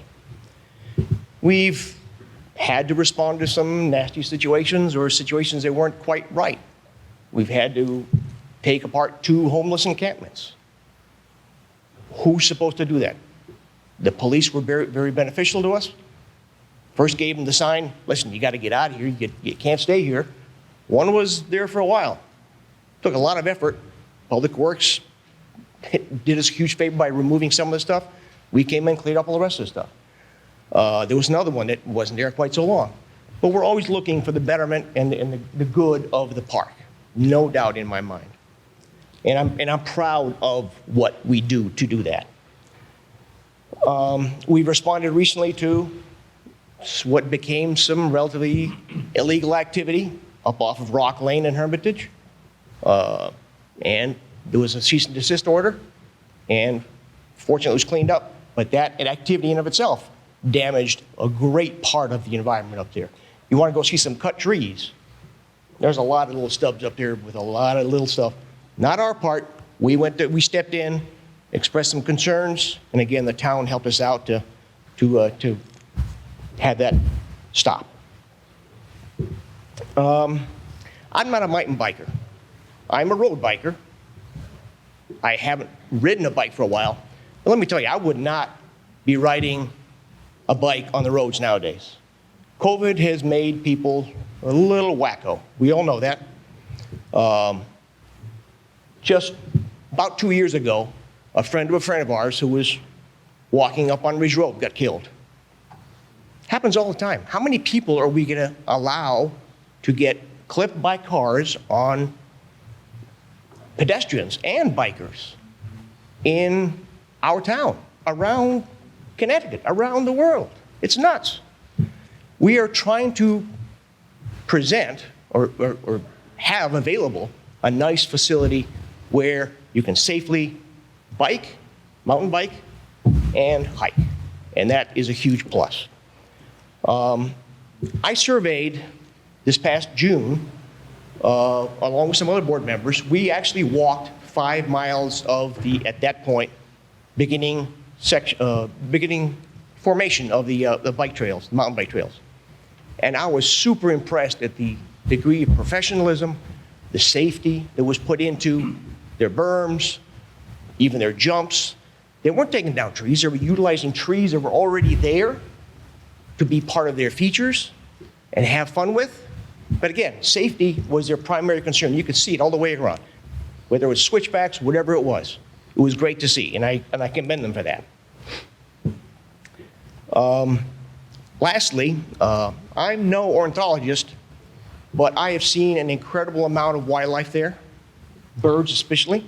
This past time when I went to go check out one other thing from fire damage that happened up near Rabbit Rock Lane, trying to find the location where it happened, 2 owls. Gorgeous. Hawks. I've seen deer. I've seen a lot of the stuff that Walt's talked about. They're not going to go anywhere. So I think we need to rethink what we want to do and allow this to go forward for the betterment of everybody. Thank you.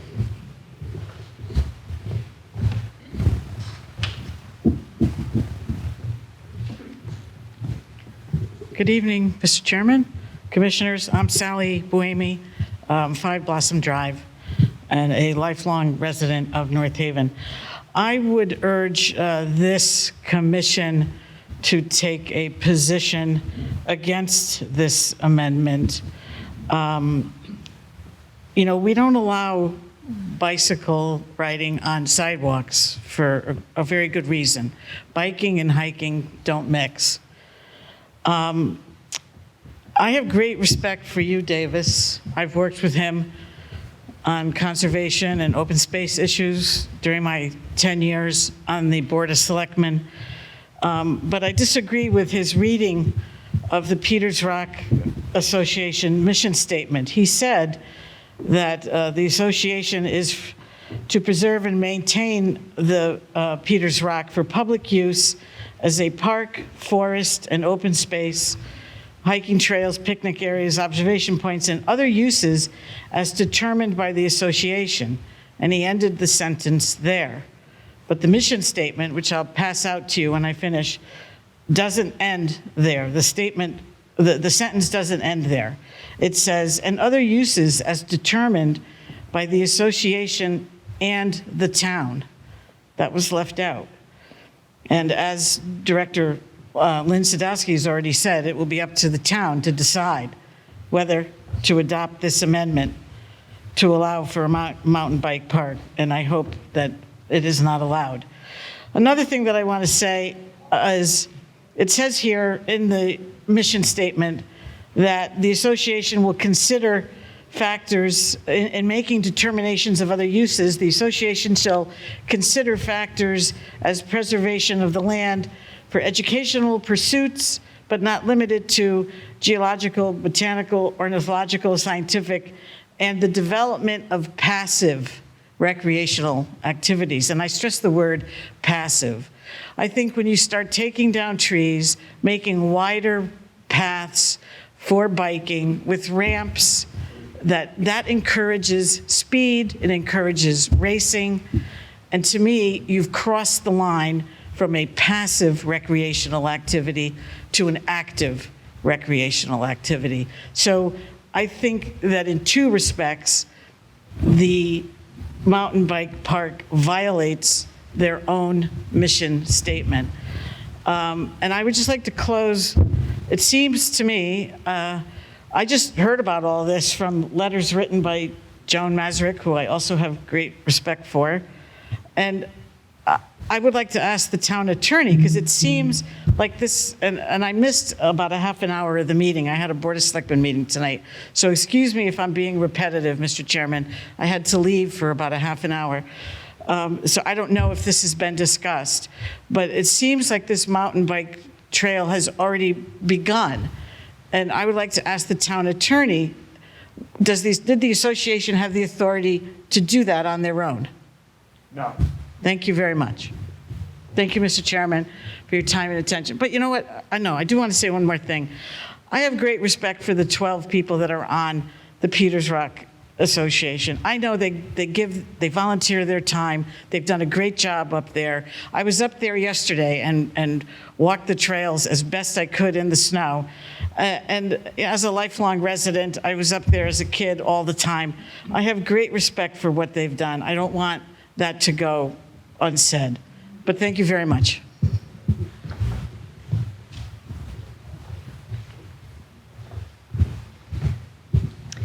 Hi, I'm Jennifer Brubaker. I'm on Middletown Avenue. I've been in North Haven for about 6 years. I'm a regular hiker over there. I'm there multiple times a week for the last 6 years. So I use it all the time.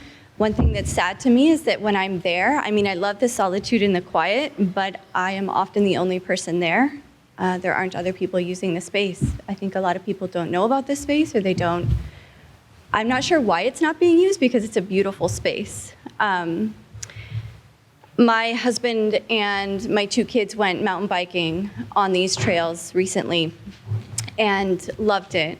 I went over there and was walking, and as I've been walking, you know, I'm seeing all these things happening, and also truly impressed with the immense care and creativity that is being used in the development of these trails. And so thank you, Nemba, for the amazing work that you have done. And I think also, just to clarify something that was said at the beginning, Peters Rock Association, Joanne clarified earlier that this was something from 1977, that there was,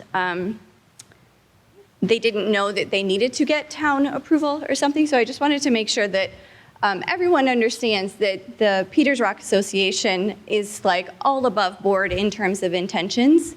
And I think that's just really important to acknowledge.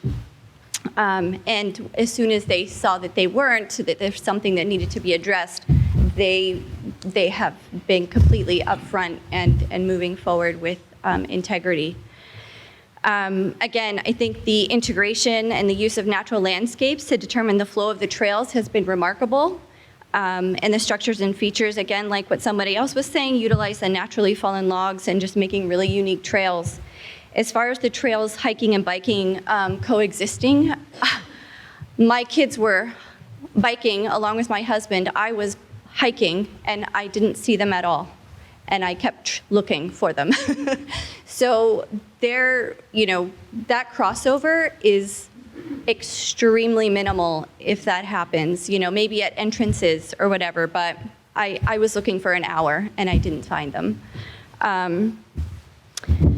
I also wanted to just say that there has been a lot of improvements in terms of trash. The amount of trash was always immense. When I've been hiking the last 6 years, the last couple of years since this project started, it has been incredibly decreased. Whether it's in the parking lot, at Hermitage, the back entrance, all along the trails, and then even improvements in terms of, places that are unsafe because of mud or whatever. How am I on time? Am I okay? Okay. I also wanted to just, there's this term being thrown around about passive recreation. Lawinsider.com means passive recreation means recreational activities that are commonly unorganized and non-competitive, including but not limited to picnicking, bird watching, kite flying, bicycling, and walking. So I just think we also need to be really clear about what passive recreation is. And people have been biking for hundreds of years. And so I also want to be careful as we try to provoke fear around biking and mountain biking, that it's this thing to be feared. These trails are meant to, be able to easily control your speed and by your ability. And so these are not downhill biking trails where like you would go to a ski slope and they have downhill biking where you wear like a motorcycle helmet kind of thing to do the downhill biking where you can reach speeds that are really, a lot faster and it's much more dangerous. That is not at all what we're talking about at Peters Rock. So I just wanted to make that clarification as well.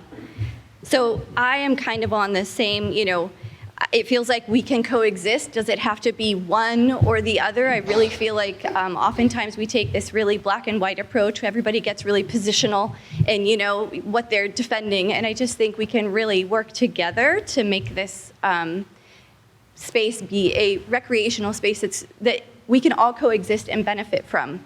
So, thank you.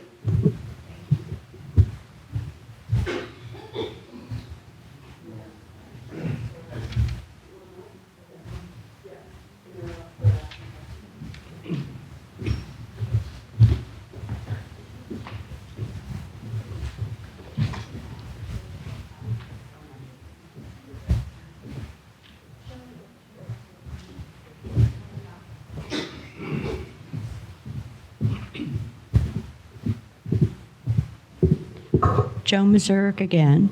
I just gave a map to the commission and it shows the entire mountain is covered with these trails.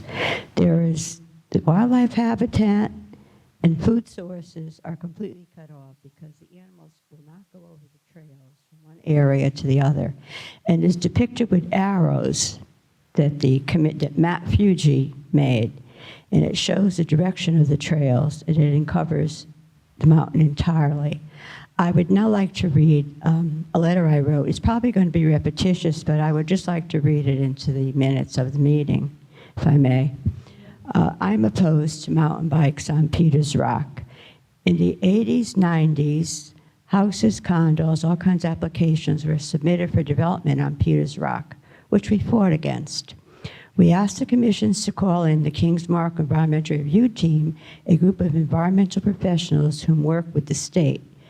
Due to this report, every application for developing this property was denied, and so would have mountain bikes been. Our selectman at the time, Anthony Rosigno, purchased Peters Rock over almost 200 acres with the taxpayers' money and approval under eminent domain. It is the largest open space wildlife habitat in the town of North Haven. Deer, bobcats, raccoons, skunks, chipmunks, rabbits, fisher cats, etc., turtles, snakes, amphibians of all kinds, and several species of birds, including the migratory flyovers in the spring and fall. We have ground nesters, which I didn't know, my son advised me, among the birds. They are in the Connecticut warbler group, and we also have thrushes, which are ground nesters.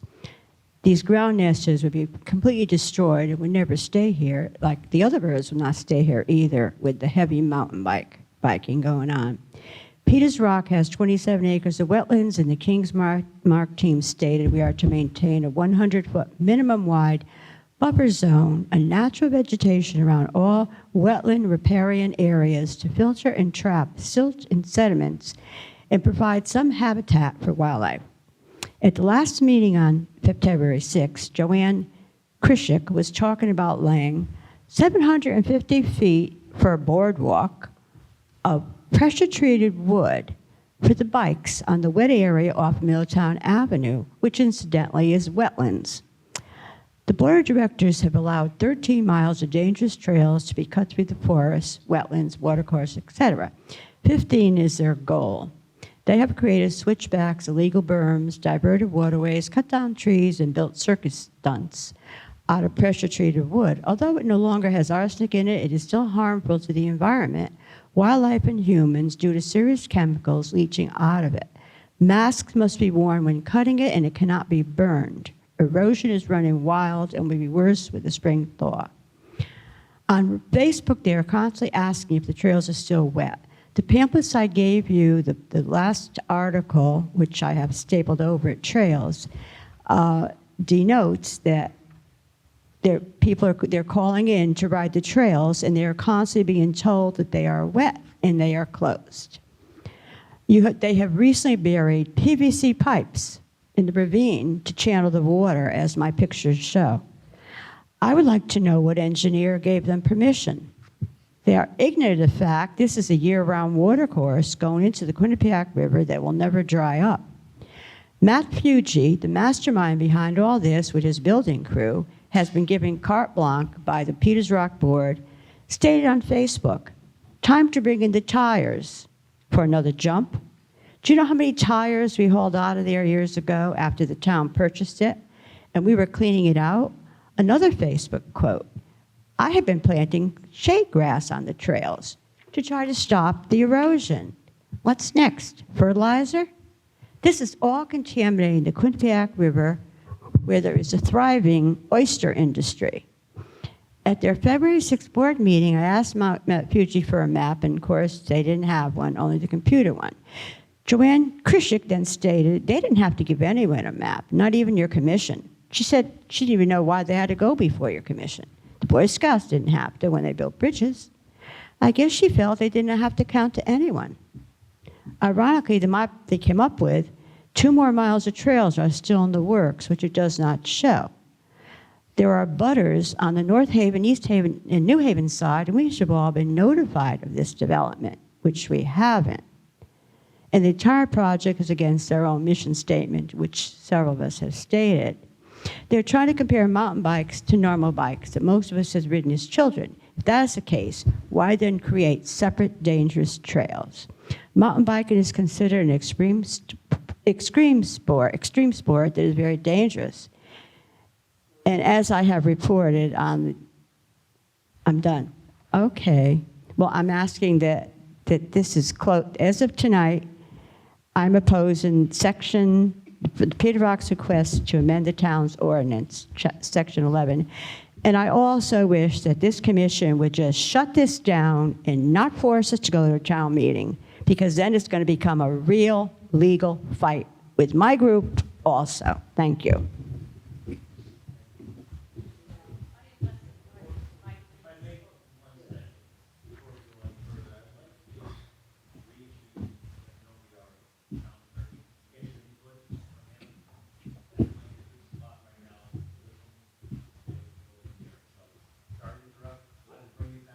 Okay, I have less than 5 minutes.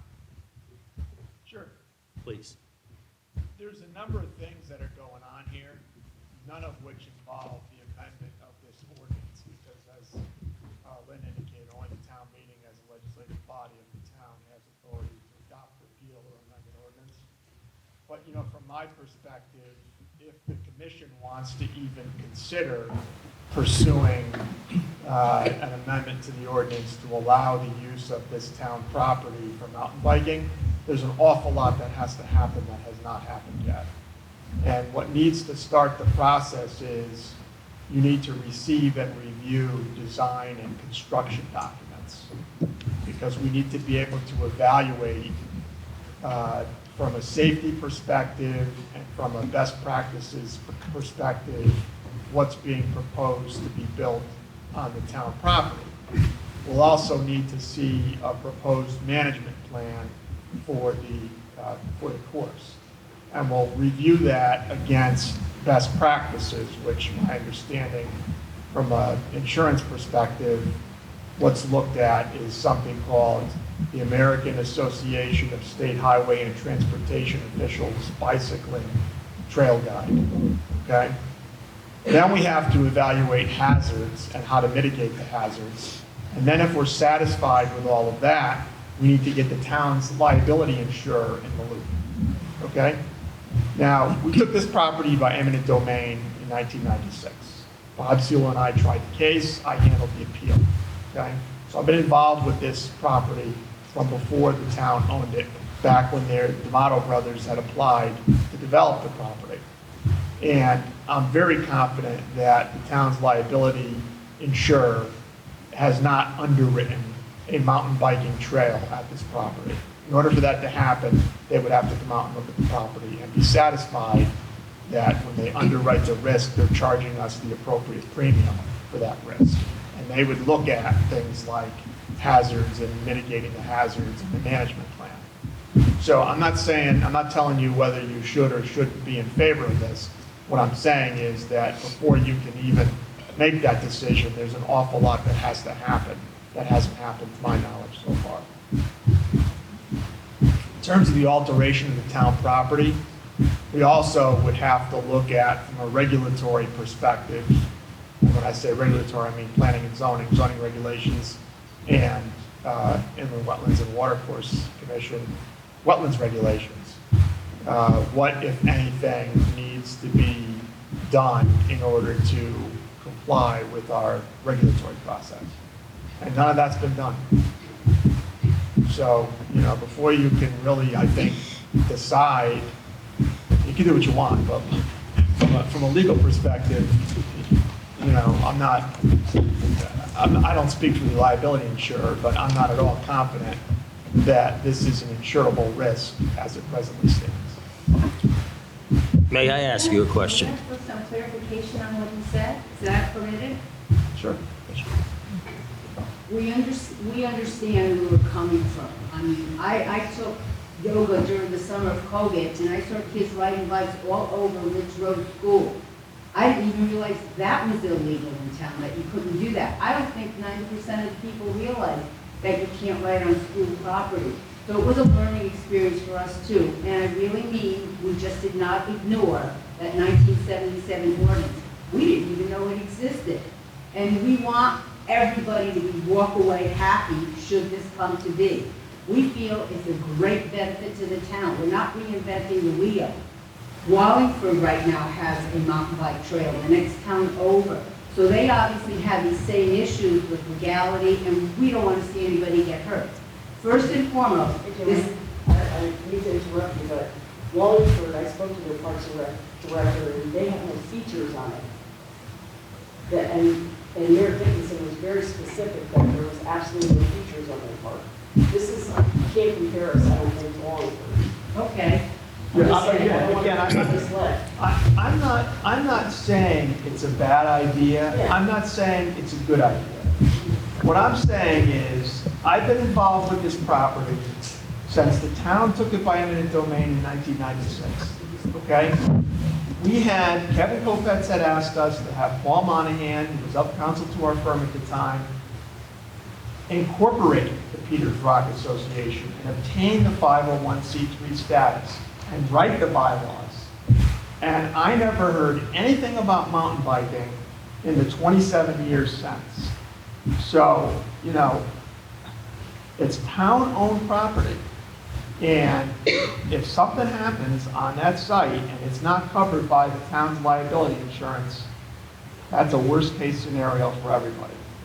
So from my perspective, if it's something that the commission, which has jurisdiction over this property because it's a park, wants to consider pursuing through an amendment via the town meeting of the existing ordinance.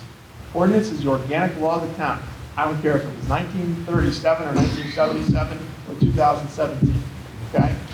If that's something that the commission wants to pursue, then we're going to need information so that we have a basis for bringing it to a town meeting and either recommending for it or against it and contacting the town's liability insurer to come walk the property and see what's being built out there. Because this is information that the town's liability insurer will ask for. We can't just pick up the phone or send an email and say, hey, Peters Rock is on our liability policy, that 182 acres we put on there in 1996. We now have mountain biking, just make a note in the file so that that's covered under the policy. Doesn't work that way. They have to underwrite the risk. Is every sport itemized on an insurance policy for the town? The town's general liability policy has specific properties on it. And within that liability policy, there are exclusions, and there are riders, and there are coverage features. So, I haven't looked at the town's liability policy to see if there's some argument that there may or may not be coverage for this, because we don't do business that way, okay? Somebody sent me an email this week. And again, I never heard about any of this until the last couple of weeks, okay? Somebody sent me an email this week, I think maybe you forwarded it to me, where somebody was looking at the recreational immunity provisions of Connecticut General Statute 52557. That's a defense. That's if we get sued, that's a potential defense. We don't want to be in a position where we're potentially uninsured and raising statutory immunity defenses. That would be reckless. So as soon as it gets brought to my attention, I have a professional responsibility to advise the municipal corporation about the proper way to proceed. And this commission is an agency of the municipal corporation. And so my recommendation is, if you're even going to think about this, then get the design and construction documents, get the proposed management plan, compare it against the guide, get the town's insurer involved, have them come out and look at the hazards that exist. Because the way that people who, and I love to bike, okay, and I love to hike. And the other reason why I got involved is because I've been the Sleeping Giant Park Association's lawyer for 32 years. I was on the board, okay? I'm still the lawyer. And I know what the role of the Sleeping Giant Park Association was. And I think it was probably Mike Fletcher that I originally talked to way back then about, what does the Sleeping Giant Park Association do? And the Peters Rock Association was interested in kind of playing a similar role with Peters Rock as the Sleeping Giant Park Association does. And of course, Sleeping Giant Park is owned by the state of Connecticut. And I can tell you right now, we're not building trails or doing anything to alter that property. We clear trails, we have a hike-a-giant that we organize. The main thing we do is we acquire land. We raise money, we acquire land from the state, and we feed it to the state. But the state approves everything that we do out there. So, the main thing is, from a legal perspective, liability is certainly a concern. But before you even get to that point, you have to be satisfied that from a regulatory perspective and that from a best practices perspective, it makes sense to allow this on the town's property. May I ask you a question? Of course. They've already started something. What's the liability right now?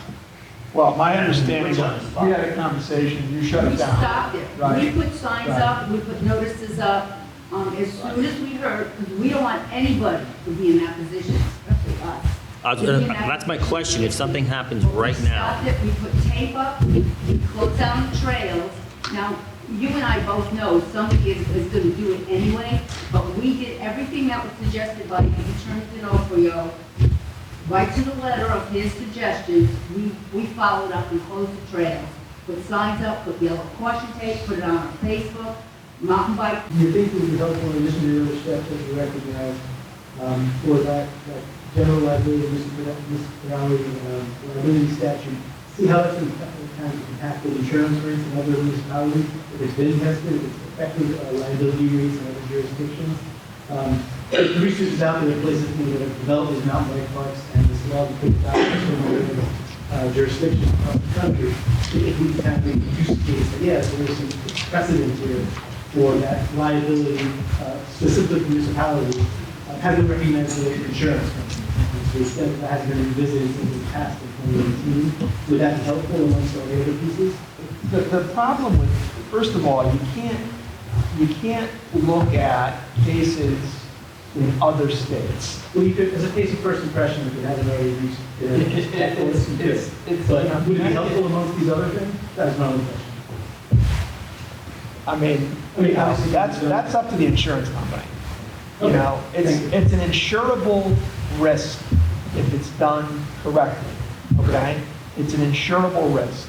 I'm not saying that you can't buy liability insurance or any, you could buy insurance for just about anything. No, I was just curious if the It research. comes down to underwriting it and rating the risk. I was just curious if the research would be helpful, to compare or go to an insurance company and say, we're, the town is considering this and see if they can put that in part of their risk management profile. There's a statute, 52-557. That's the qualified immunity statute for public officials that provides, the reason it's called qualified immunity is because it provides immunity for discretionary acts. There's a difference between a ministerial act, that which it would call by law to do, and a discretionary act, right? So we have town officials, building official, zoning enforcement officer. I was more focused on section. I know, but I'm just telling you the way that statute is. Sure. Okay? That's the law that you look at. You look at 552, 557, and I'm telling you, we don't do anything based on that. That's like saying you like hockey. Anybody like hockey? That's like saying we don't need defensemen because we have a goal. Right? I mean, you just, I apologize. I think just misunderstood if it would be helpful amongst the full approach to all the other pieces that have to go into this. Just think it would be something helpful, because if nothing else, it's very helpful. Underwrite the risk, if they recognize protect the municipality, back up. So just as part of seeing if the risk is manageable cost, you should insure it. I mean, we don't want to, I mean, that's like the defense is something that you raise in the context of litigation. We're not looking to go there. You know, we're looking to make sure that we have, if this is something the commission wants to do, we want it done properly. And then it goes, and then after all that is done, it goes to a town meeting. Okay, it goes to the Board of Selectmen, and the Board of Selectmen sends it to the town meeting, and then the town meeting can decide whether they want to amend the ordinance. But we're a long way off from being in a position to do that.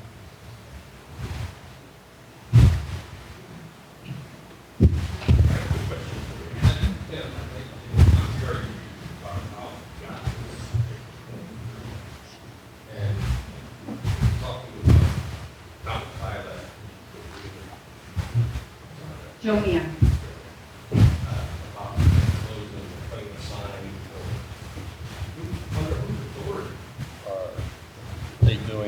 They picking and choosing what they close or don't they close? And Under whose authority do they, it seems to me by the statute that they have no authority to hang a sign or do anything anywhere or anything. So by whose authority are they closing a certain trail or not a certain trail based on what's been going on? Well, once this issue came to light and we told them, I talked to Joanne and said, no, you don't have the authority to do this. It was the responsible thing to do, was to close it. Okay. So it was by the town's authority that they Well, closed I don't this. have, I'm not, I'm nobody. I'm just a lawyer. I'm not a board, I'm not a commission, I'm not an elected official. But when I was asked, what should we do, my response was to close it. I mean, it's an obvious answer, right? I mean, if you have something that's been done that's not approved and you're worried about liability, then you stop it. And keep going back to what Attorney Donato said for the commission, normally if somebody has, to reference, discourage the application, normally what we see is an application.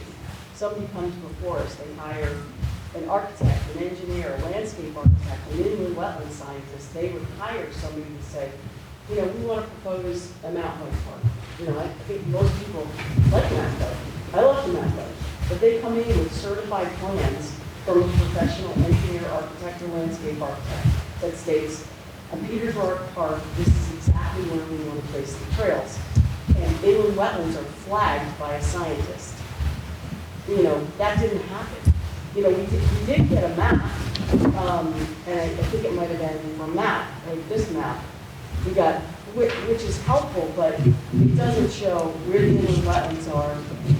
We know that they're kind of parallel Middletown Avenue a little bit.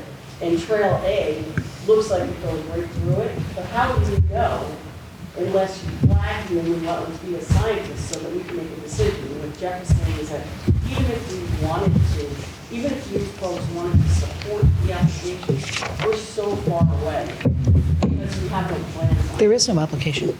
There's There no is. application, no. Right. So, I'm saying, if you wanted to support the concept, it could take months for them to hire a professional, bring in plans, go to inland wetlands, figure out do we need to go to planning and zoning, and then, and obvious questions will come up. What if, like Madison has its own insurance company, not the town of Madison, but the bike park in Madison has its own insurance company, I'm told, through Lloyd's of London.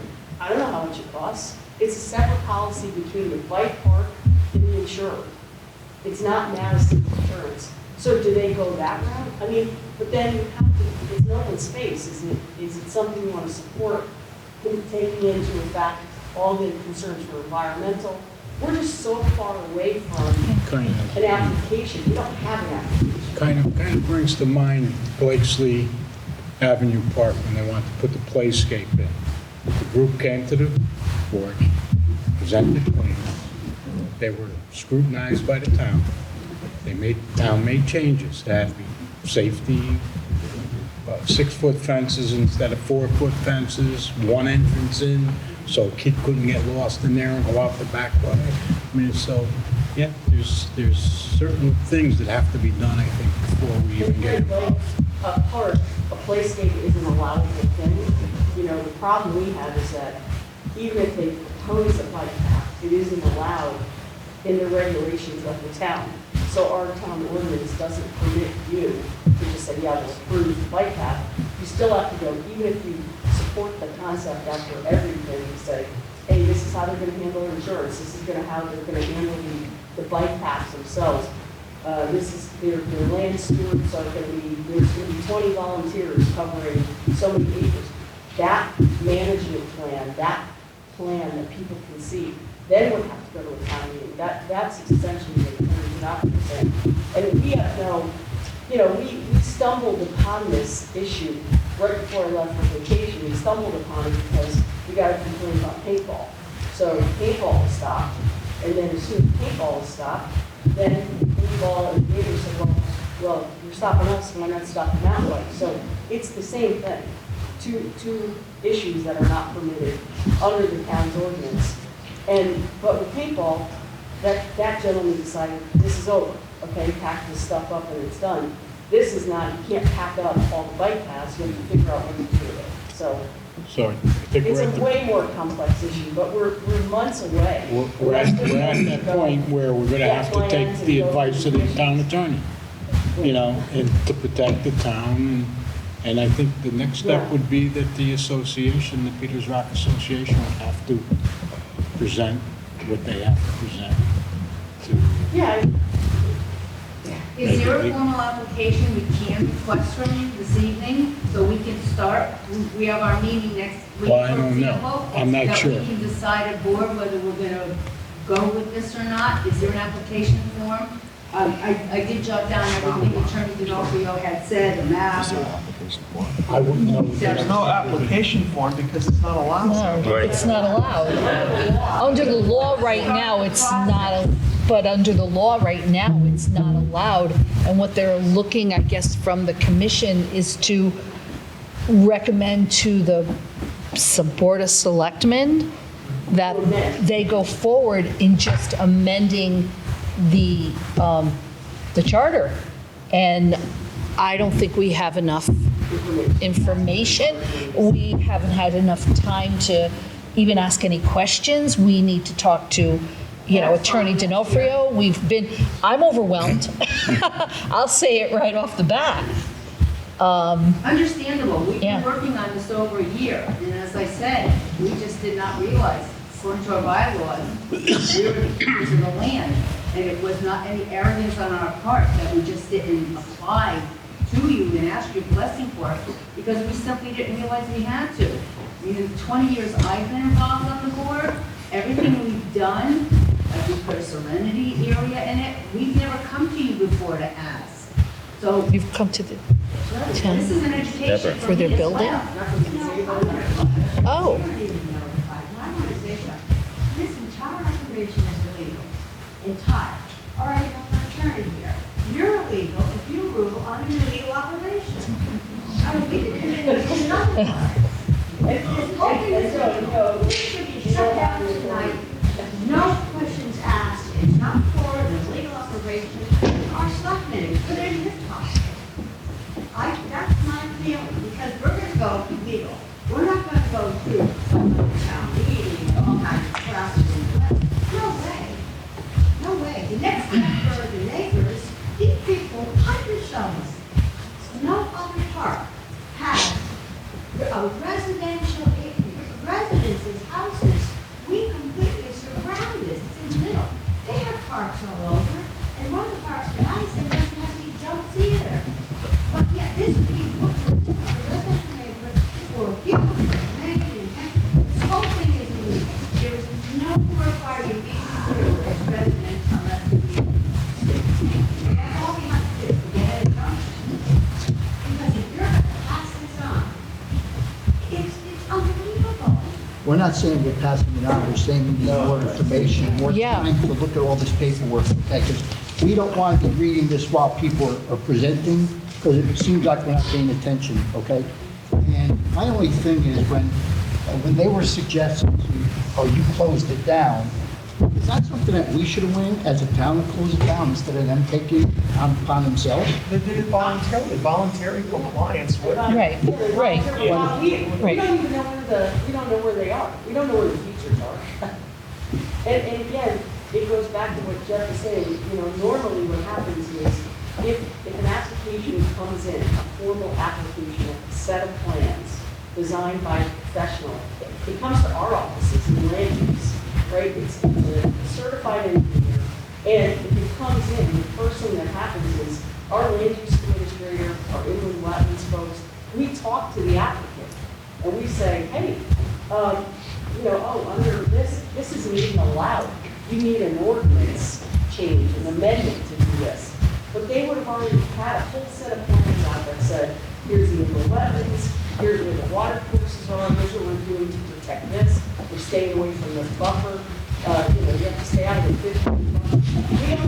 We don't even have, unfortunately, while it may be this beautiful park and some of us have seen YouTube videos on it and watched the mountain biking, we have no idea where any of this is. How wide is My other question is that they said that this came to light because of paintball? Is that- Yes. Okay. Were you aware that this was going on in the park? Paintball? Yeah. They were the complainants. We were the one who said Oh, okay. paintballs are flying across the trails. And Bob, essentially what happened is they complained about paintball. Okay. And then we worked with the gentleman who had a paintball course set up. That gentleman agreed to shut down, and then everybody came out and said, well, paintball's not allowed, and we shut down. Why are you allowing mountain biking? We said, what mountain biking? We didn't know. So here we are, with no plans, and it's essentially, if the project or an application is moved forward, this association, they have a lot of work to do. They have to hire a professional, they have to come up with plans, they have to figure out what liability insurance costs. All that stuff would have to be answered before the town would even say, we don't even know if we'll go to a public meeting. It's months away. Right now, it's a concept. Even though it's already been built, even though it's built, it's in place, it is a concept that none of us know anything about. So keeping that in mind, listening to everybody and whether this is illegal, illegal, which I totally understand, there's so many unknowns. What is there a next step? It seems like as the commission, we can't vote on anything tonight. You can't say, I don't support it based on what I hear, or I do support it based on what I hear, but the bottom line is, it's this group, Peters Rock, and this is just my opinion, the Peters Rock Park Association has to go back and sit down and say, geez, even to get an application, what would it be? Hiring a new wetland scientist, what would that be? What does liability insurance cost? I don't know. I mean, they can reach out to Madison. I think, Rob, you work with Madison, or maybe you did that, sorry. I don't know what they pay. They developed a whole different setup. Does the town of North Haven want that? You can't make that decision. Right. It's Lynn, is there someplace we can go and read exactly what you just suggested we do? Go back to page 1 and get the map, get the someplace where we can follow it methodically? I mean, there is, I can advise you, if you wanted to talk to us, but again, you've got to, you can go in here, there's some wetland scientists, you can come up to land use, we can talk to you as a group. And anyone coming in, never dismissed at all. And you said, we have a great idea, we want to come out about it. We reach out to the town attorney like I did, and he said it's not allowed. Okay, it's not allowed. What's not allowed? You want to put it out, you have to amend the bylaw. You have to have a plan going before the selectmen to say, here's our idea. Wetlands, water courses, we're not going to do this, we got our own insurance, we got to do a lot more. This is kind of premature. Well, we want to be good neighbors, so, we got our work cut out for us. Okay. Maybe, yeah, I don't know, I mean, it's expensive, it's not, anyway. Is there anyone else that would like to address the board? I'm sorry. I apologize for cutting you off before. That's okay, as long as I get to come back. So I'm still Mary White, still on Summer Lane, and where I left off, I had just talked about the average speed of off-road mountain bikes when the path is flat, okay, dirt trail, was 18.6 miles per hour. And then I went on to talk about what is the average hiking speed for a human being. And let's see, so it was 1.5 miles per hour to 2.5 to 3.5 miles per hour. And hiking speed varies significantly from person to person. There's variables, age, sex, pace, fitness, and health levels, terrain, effort. Okay, so number 8. Okay, mountain biking on Peters Rock is dangerous for the bikers and for people walking, hiking, and observing bird watching. Mountain bikers can be injured just to accidents or recklessness, crashes, falls. Every mountain biker is not responsible and does not take the mountain biker pledge. People, especially children on the trails, particularly where the hiking trails and the mountain bike trails intersect, can be injured. Imagine, if you will, a family of 4. Mom, dad, a 6-year-old, and a 3-year-old are spending the day hiking and observing in Peters Rock. The 3-year-old runs off and is right at the intersection point. The parents and sibling are running to catch the 3-year-old. All are unaware mountain bikers are racing at a high rate of speed toward them. Okay. Powder Ridge Park allows mountain biking. I visited powderridgepark.com, and one of the first things it says is, quote, "Injuries are a common and expected part of mountain biking," close quote. It goes on to say a signed liability waiver is required each visit from all bike park guests. Children under 5 are not allowed on the downhill trails. Children ages 5 to 14 must be accompanied by an adult parent or legal guardian 18 or older at all times.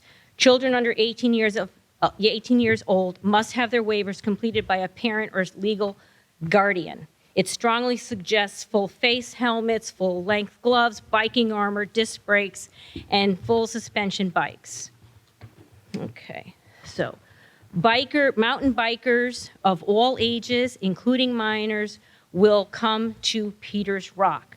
So from what I've been hearing, it sounds like the Peters Rock Association and Peters Rock Board of Directors are going to take upon the liability, because I understand that when bikers get injured on the trail, they help each other.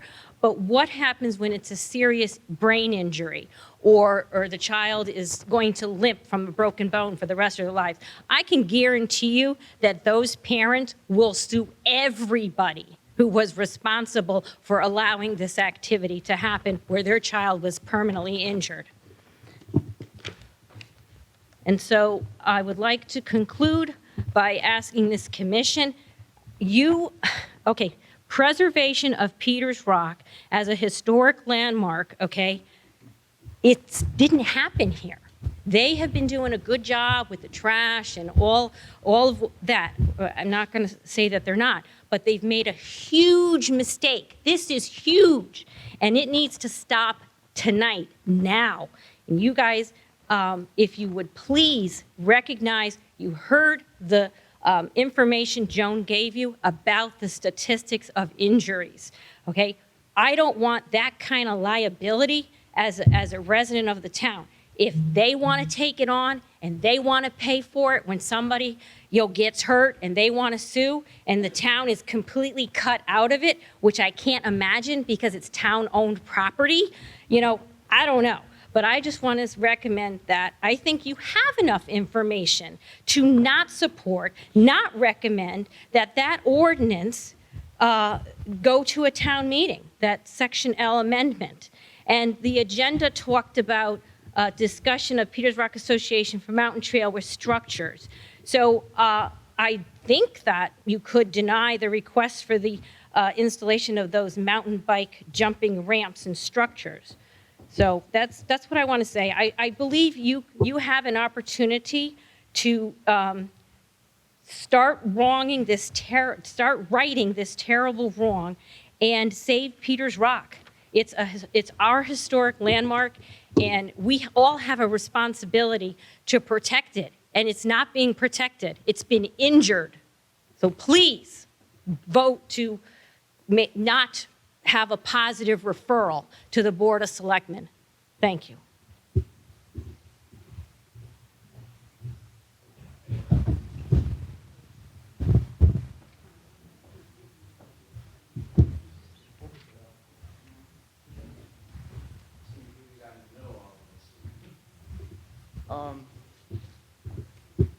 I just wanted to say a couple things about some of the things that have been talked about with the enduro mountain bike and downhill racing. All of those statistics have to deal with where you go to bike parks and you take a ski lift up to the top of a couple 1,000-foot high mountain. You put on full equipment gear and you are flying down that hill. That is why you sign insurance waivers at Powder Ridge or Thunder Mountain or Burke Mountain or any of the ski slope places where you mountain bike. Those statistics are completely untrue for mountain biking. The speed at which you're going on a bike, on a mountain bike trail, is as fast as you can pedal it on a flat trail. Again, a lot of this was downhill biking. So again, the injury and the speed, the statistics and things like that, that does not pertain to cross-country mountain biking. That being said, I put in hundreds of hours of work. I'm the person that's out there on the trail. I can look at every single one of these pictures. If you'd like, I can address it. Like this one is actually a hiking trail. That tree was broken off at the top. It was cut down because of the danger. That picture is actually from Stockton, Massachusetts. When we were moving one of the features, we have one here on the back that is a bridge. Okay, that's in the Earl Biker. So it's not from Peters Rock. I mean, most of them are from Peters Rock.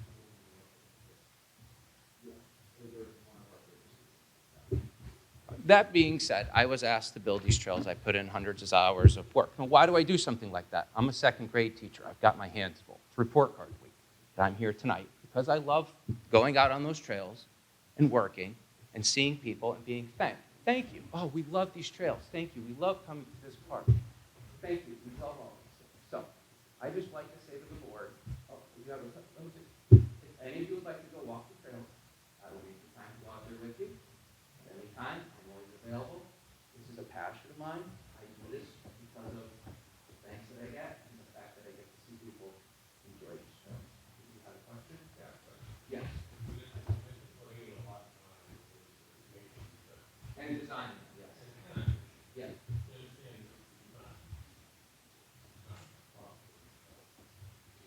Well, I was absolutely, yes, and I'm not aware of that. That's why I'm just, I felt that. I have no idea. I actually have a letter of permission that was given to me. Because I've done projects like this before. Again, I've worked at Rockland. I've worked at a couple other trail projects across the street when they've been building it, and have consulted with people who built it.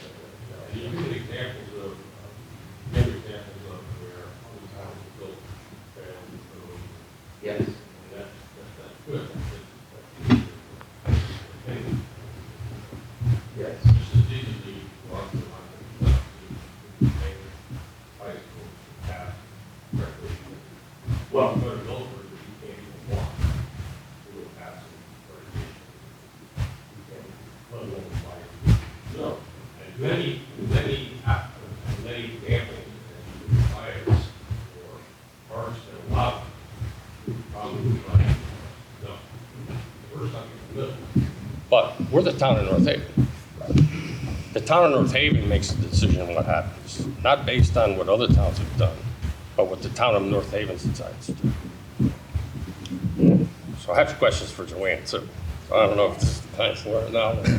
Are you done? Dylan, I don't want to cut you off. No, I just want I don't know if you knew you were working on a property that was not owned by the people that asked you to do it. Yes. You knew that? Oh, I didn't know it was not. Okay. I worked on this under the impression that, I have a letter of permission from the board asked me to do it, and whenever I had a question.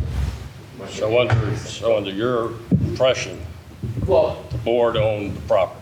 I didn't know, they never claimed to own the property, they said they had the permission based on their bylaws, which we had thought That's the all way it's along. built, our bylaws said that we were to manage, I could read them out. Right. I'm just going to chime in a little bit because I know, again, we're hearing both sides, and from what we've agreed or what we've concluded is we can't come to that type of decision. And even though I appreciate everything you're saying about what you've done, and kudos to you for all those hours and for everything that you guys have done, there's just a lot of unknowns. I mean, we all have questions up here, but I still don't know. I think I know what the answer is, unfortunately for us, but is there any other, does anyone else want to say anything before we start asking questions? And I don't mean to cut you off, I really didn't, but I'm just trying to. I just wanted to offer, if there's any questions or anything you need of me. I'm coming to you. I'm coming to you because you built it, so I'm going to use your expertise. But does anyone else want to? Okay. Well, I don't. Go ahead, Mary. Just 1 second.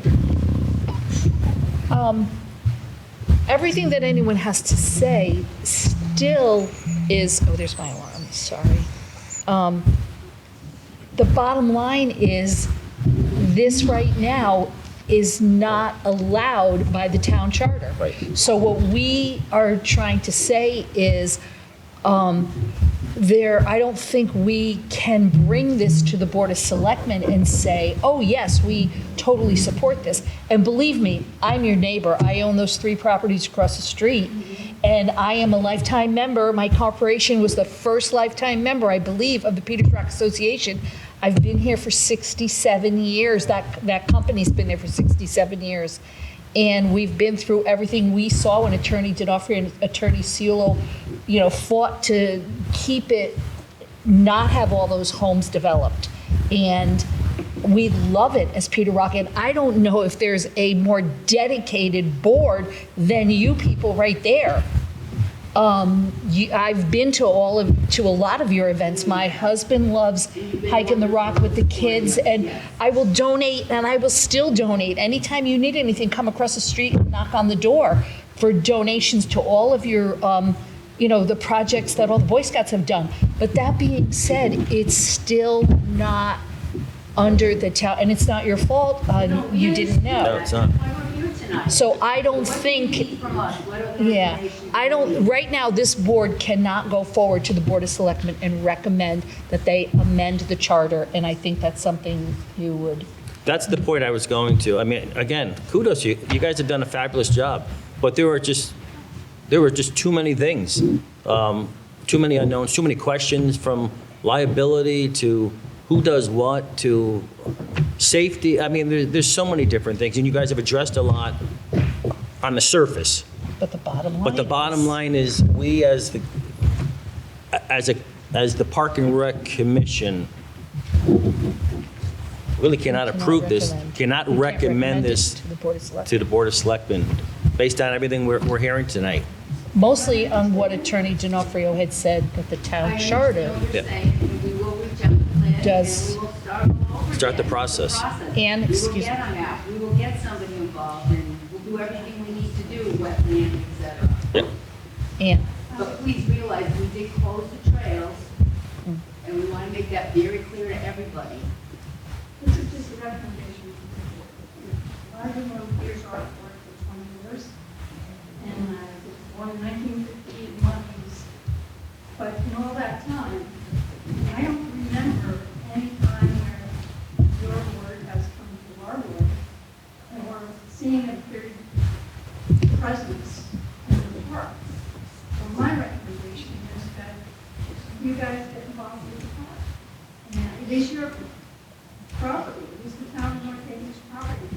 You should be doing it. So that's just my suggestion. Thank you. Thank you. With all that being said, all the ramps have to be moved ASAP. All the jumps and ramps. The pictures are all there. There's all hand-built jumps, ramps still there, so I don't think caution tape is the place, right? No, you're right. It should be removed, yeah. I don't know what's there, I haven't seen. None of us Yeah, know it's what's either there. I mean, to be honest with you, in terms of doing further alterations to that property, I think that if the outcome is that the commission is not going to support an amendment to the ordinance to allow the use of this property for that purpose, then we're gonna have to go in. It's the town's property. We're gonna have to go in. Town staff is gonna. Can I make a suggestion? We know we closed the trails.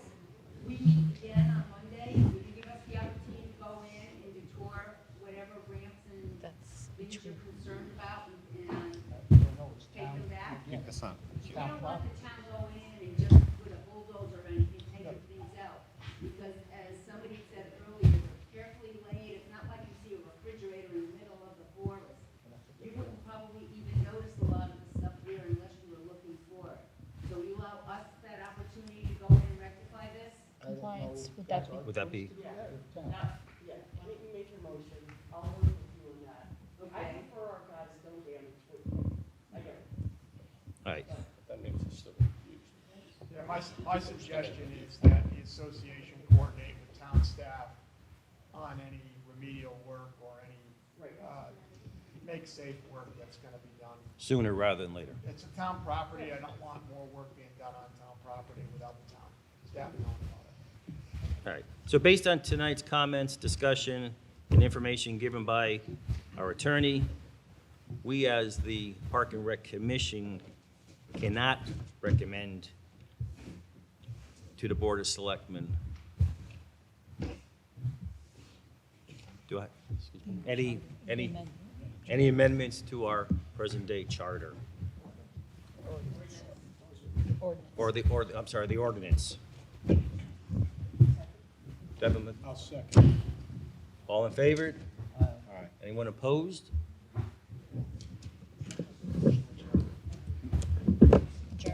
We are now adjourned. Thank you for your attendance.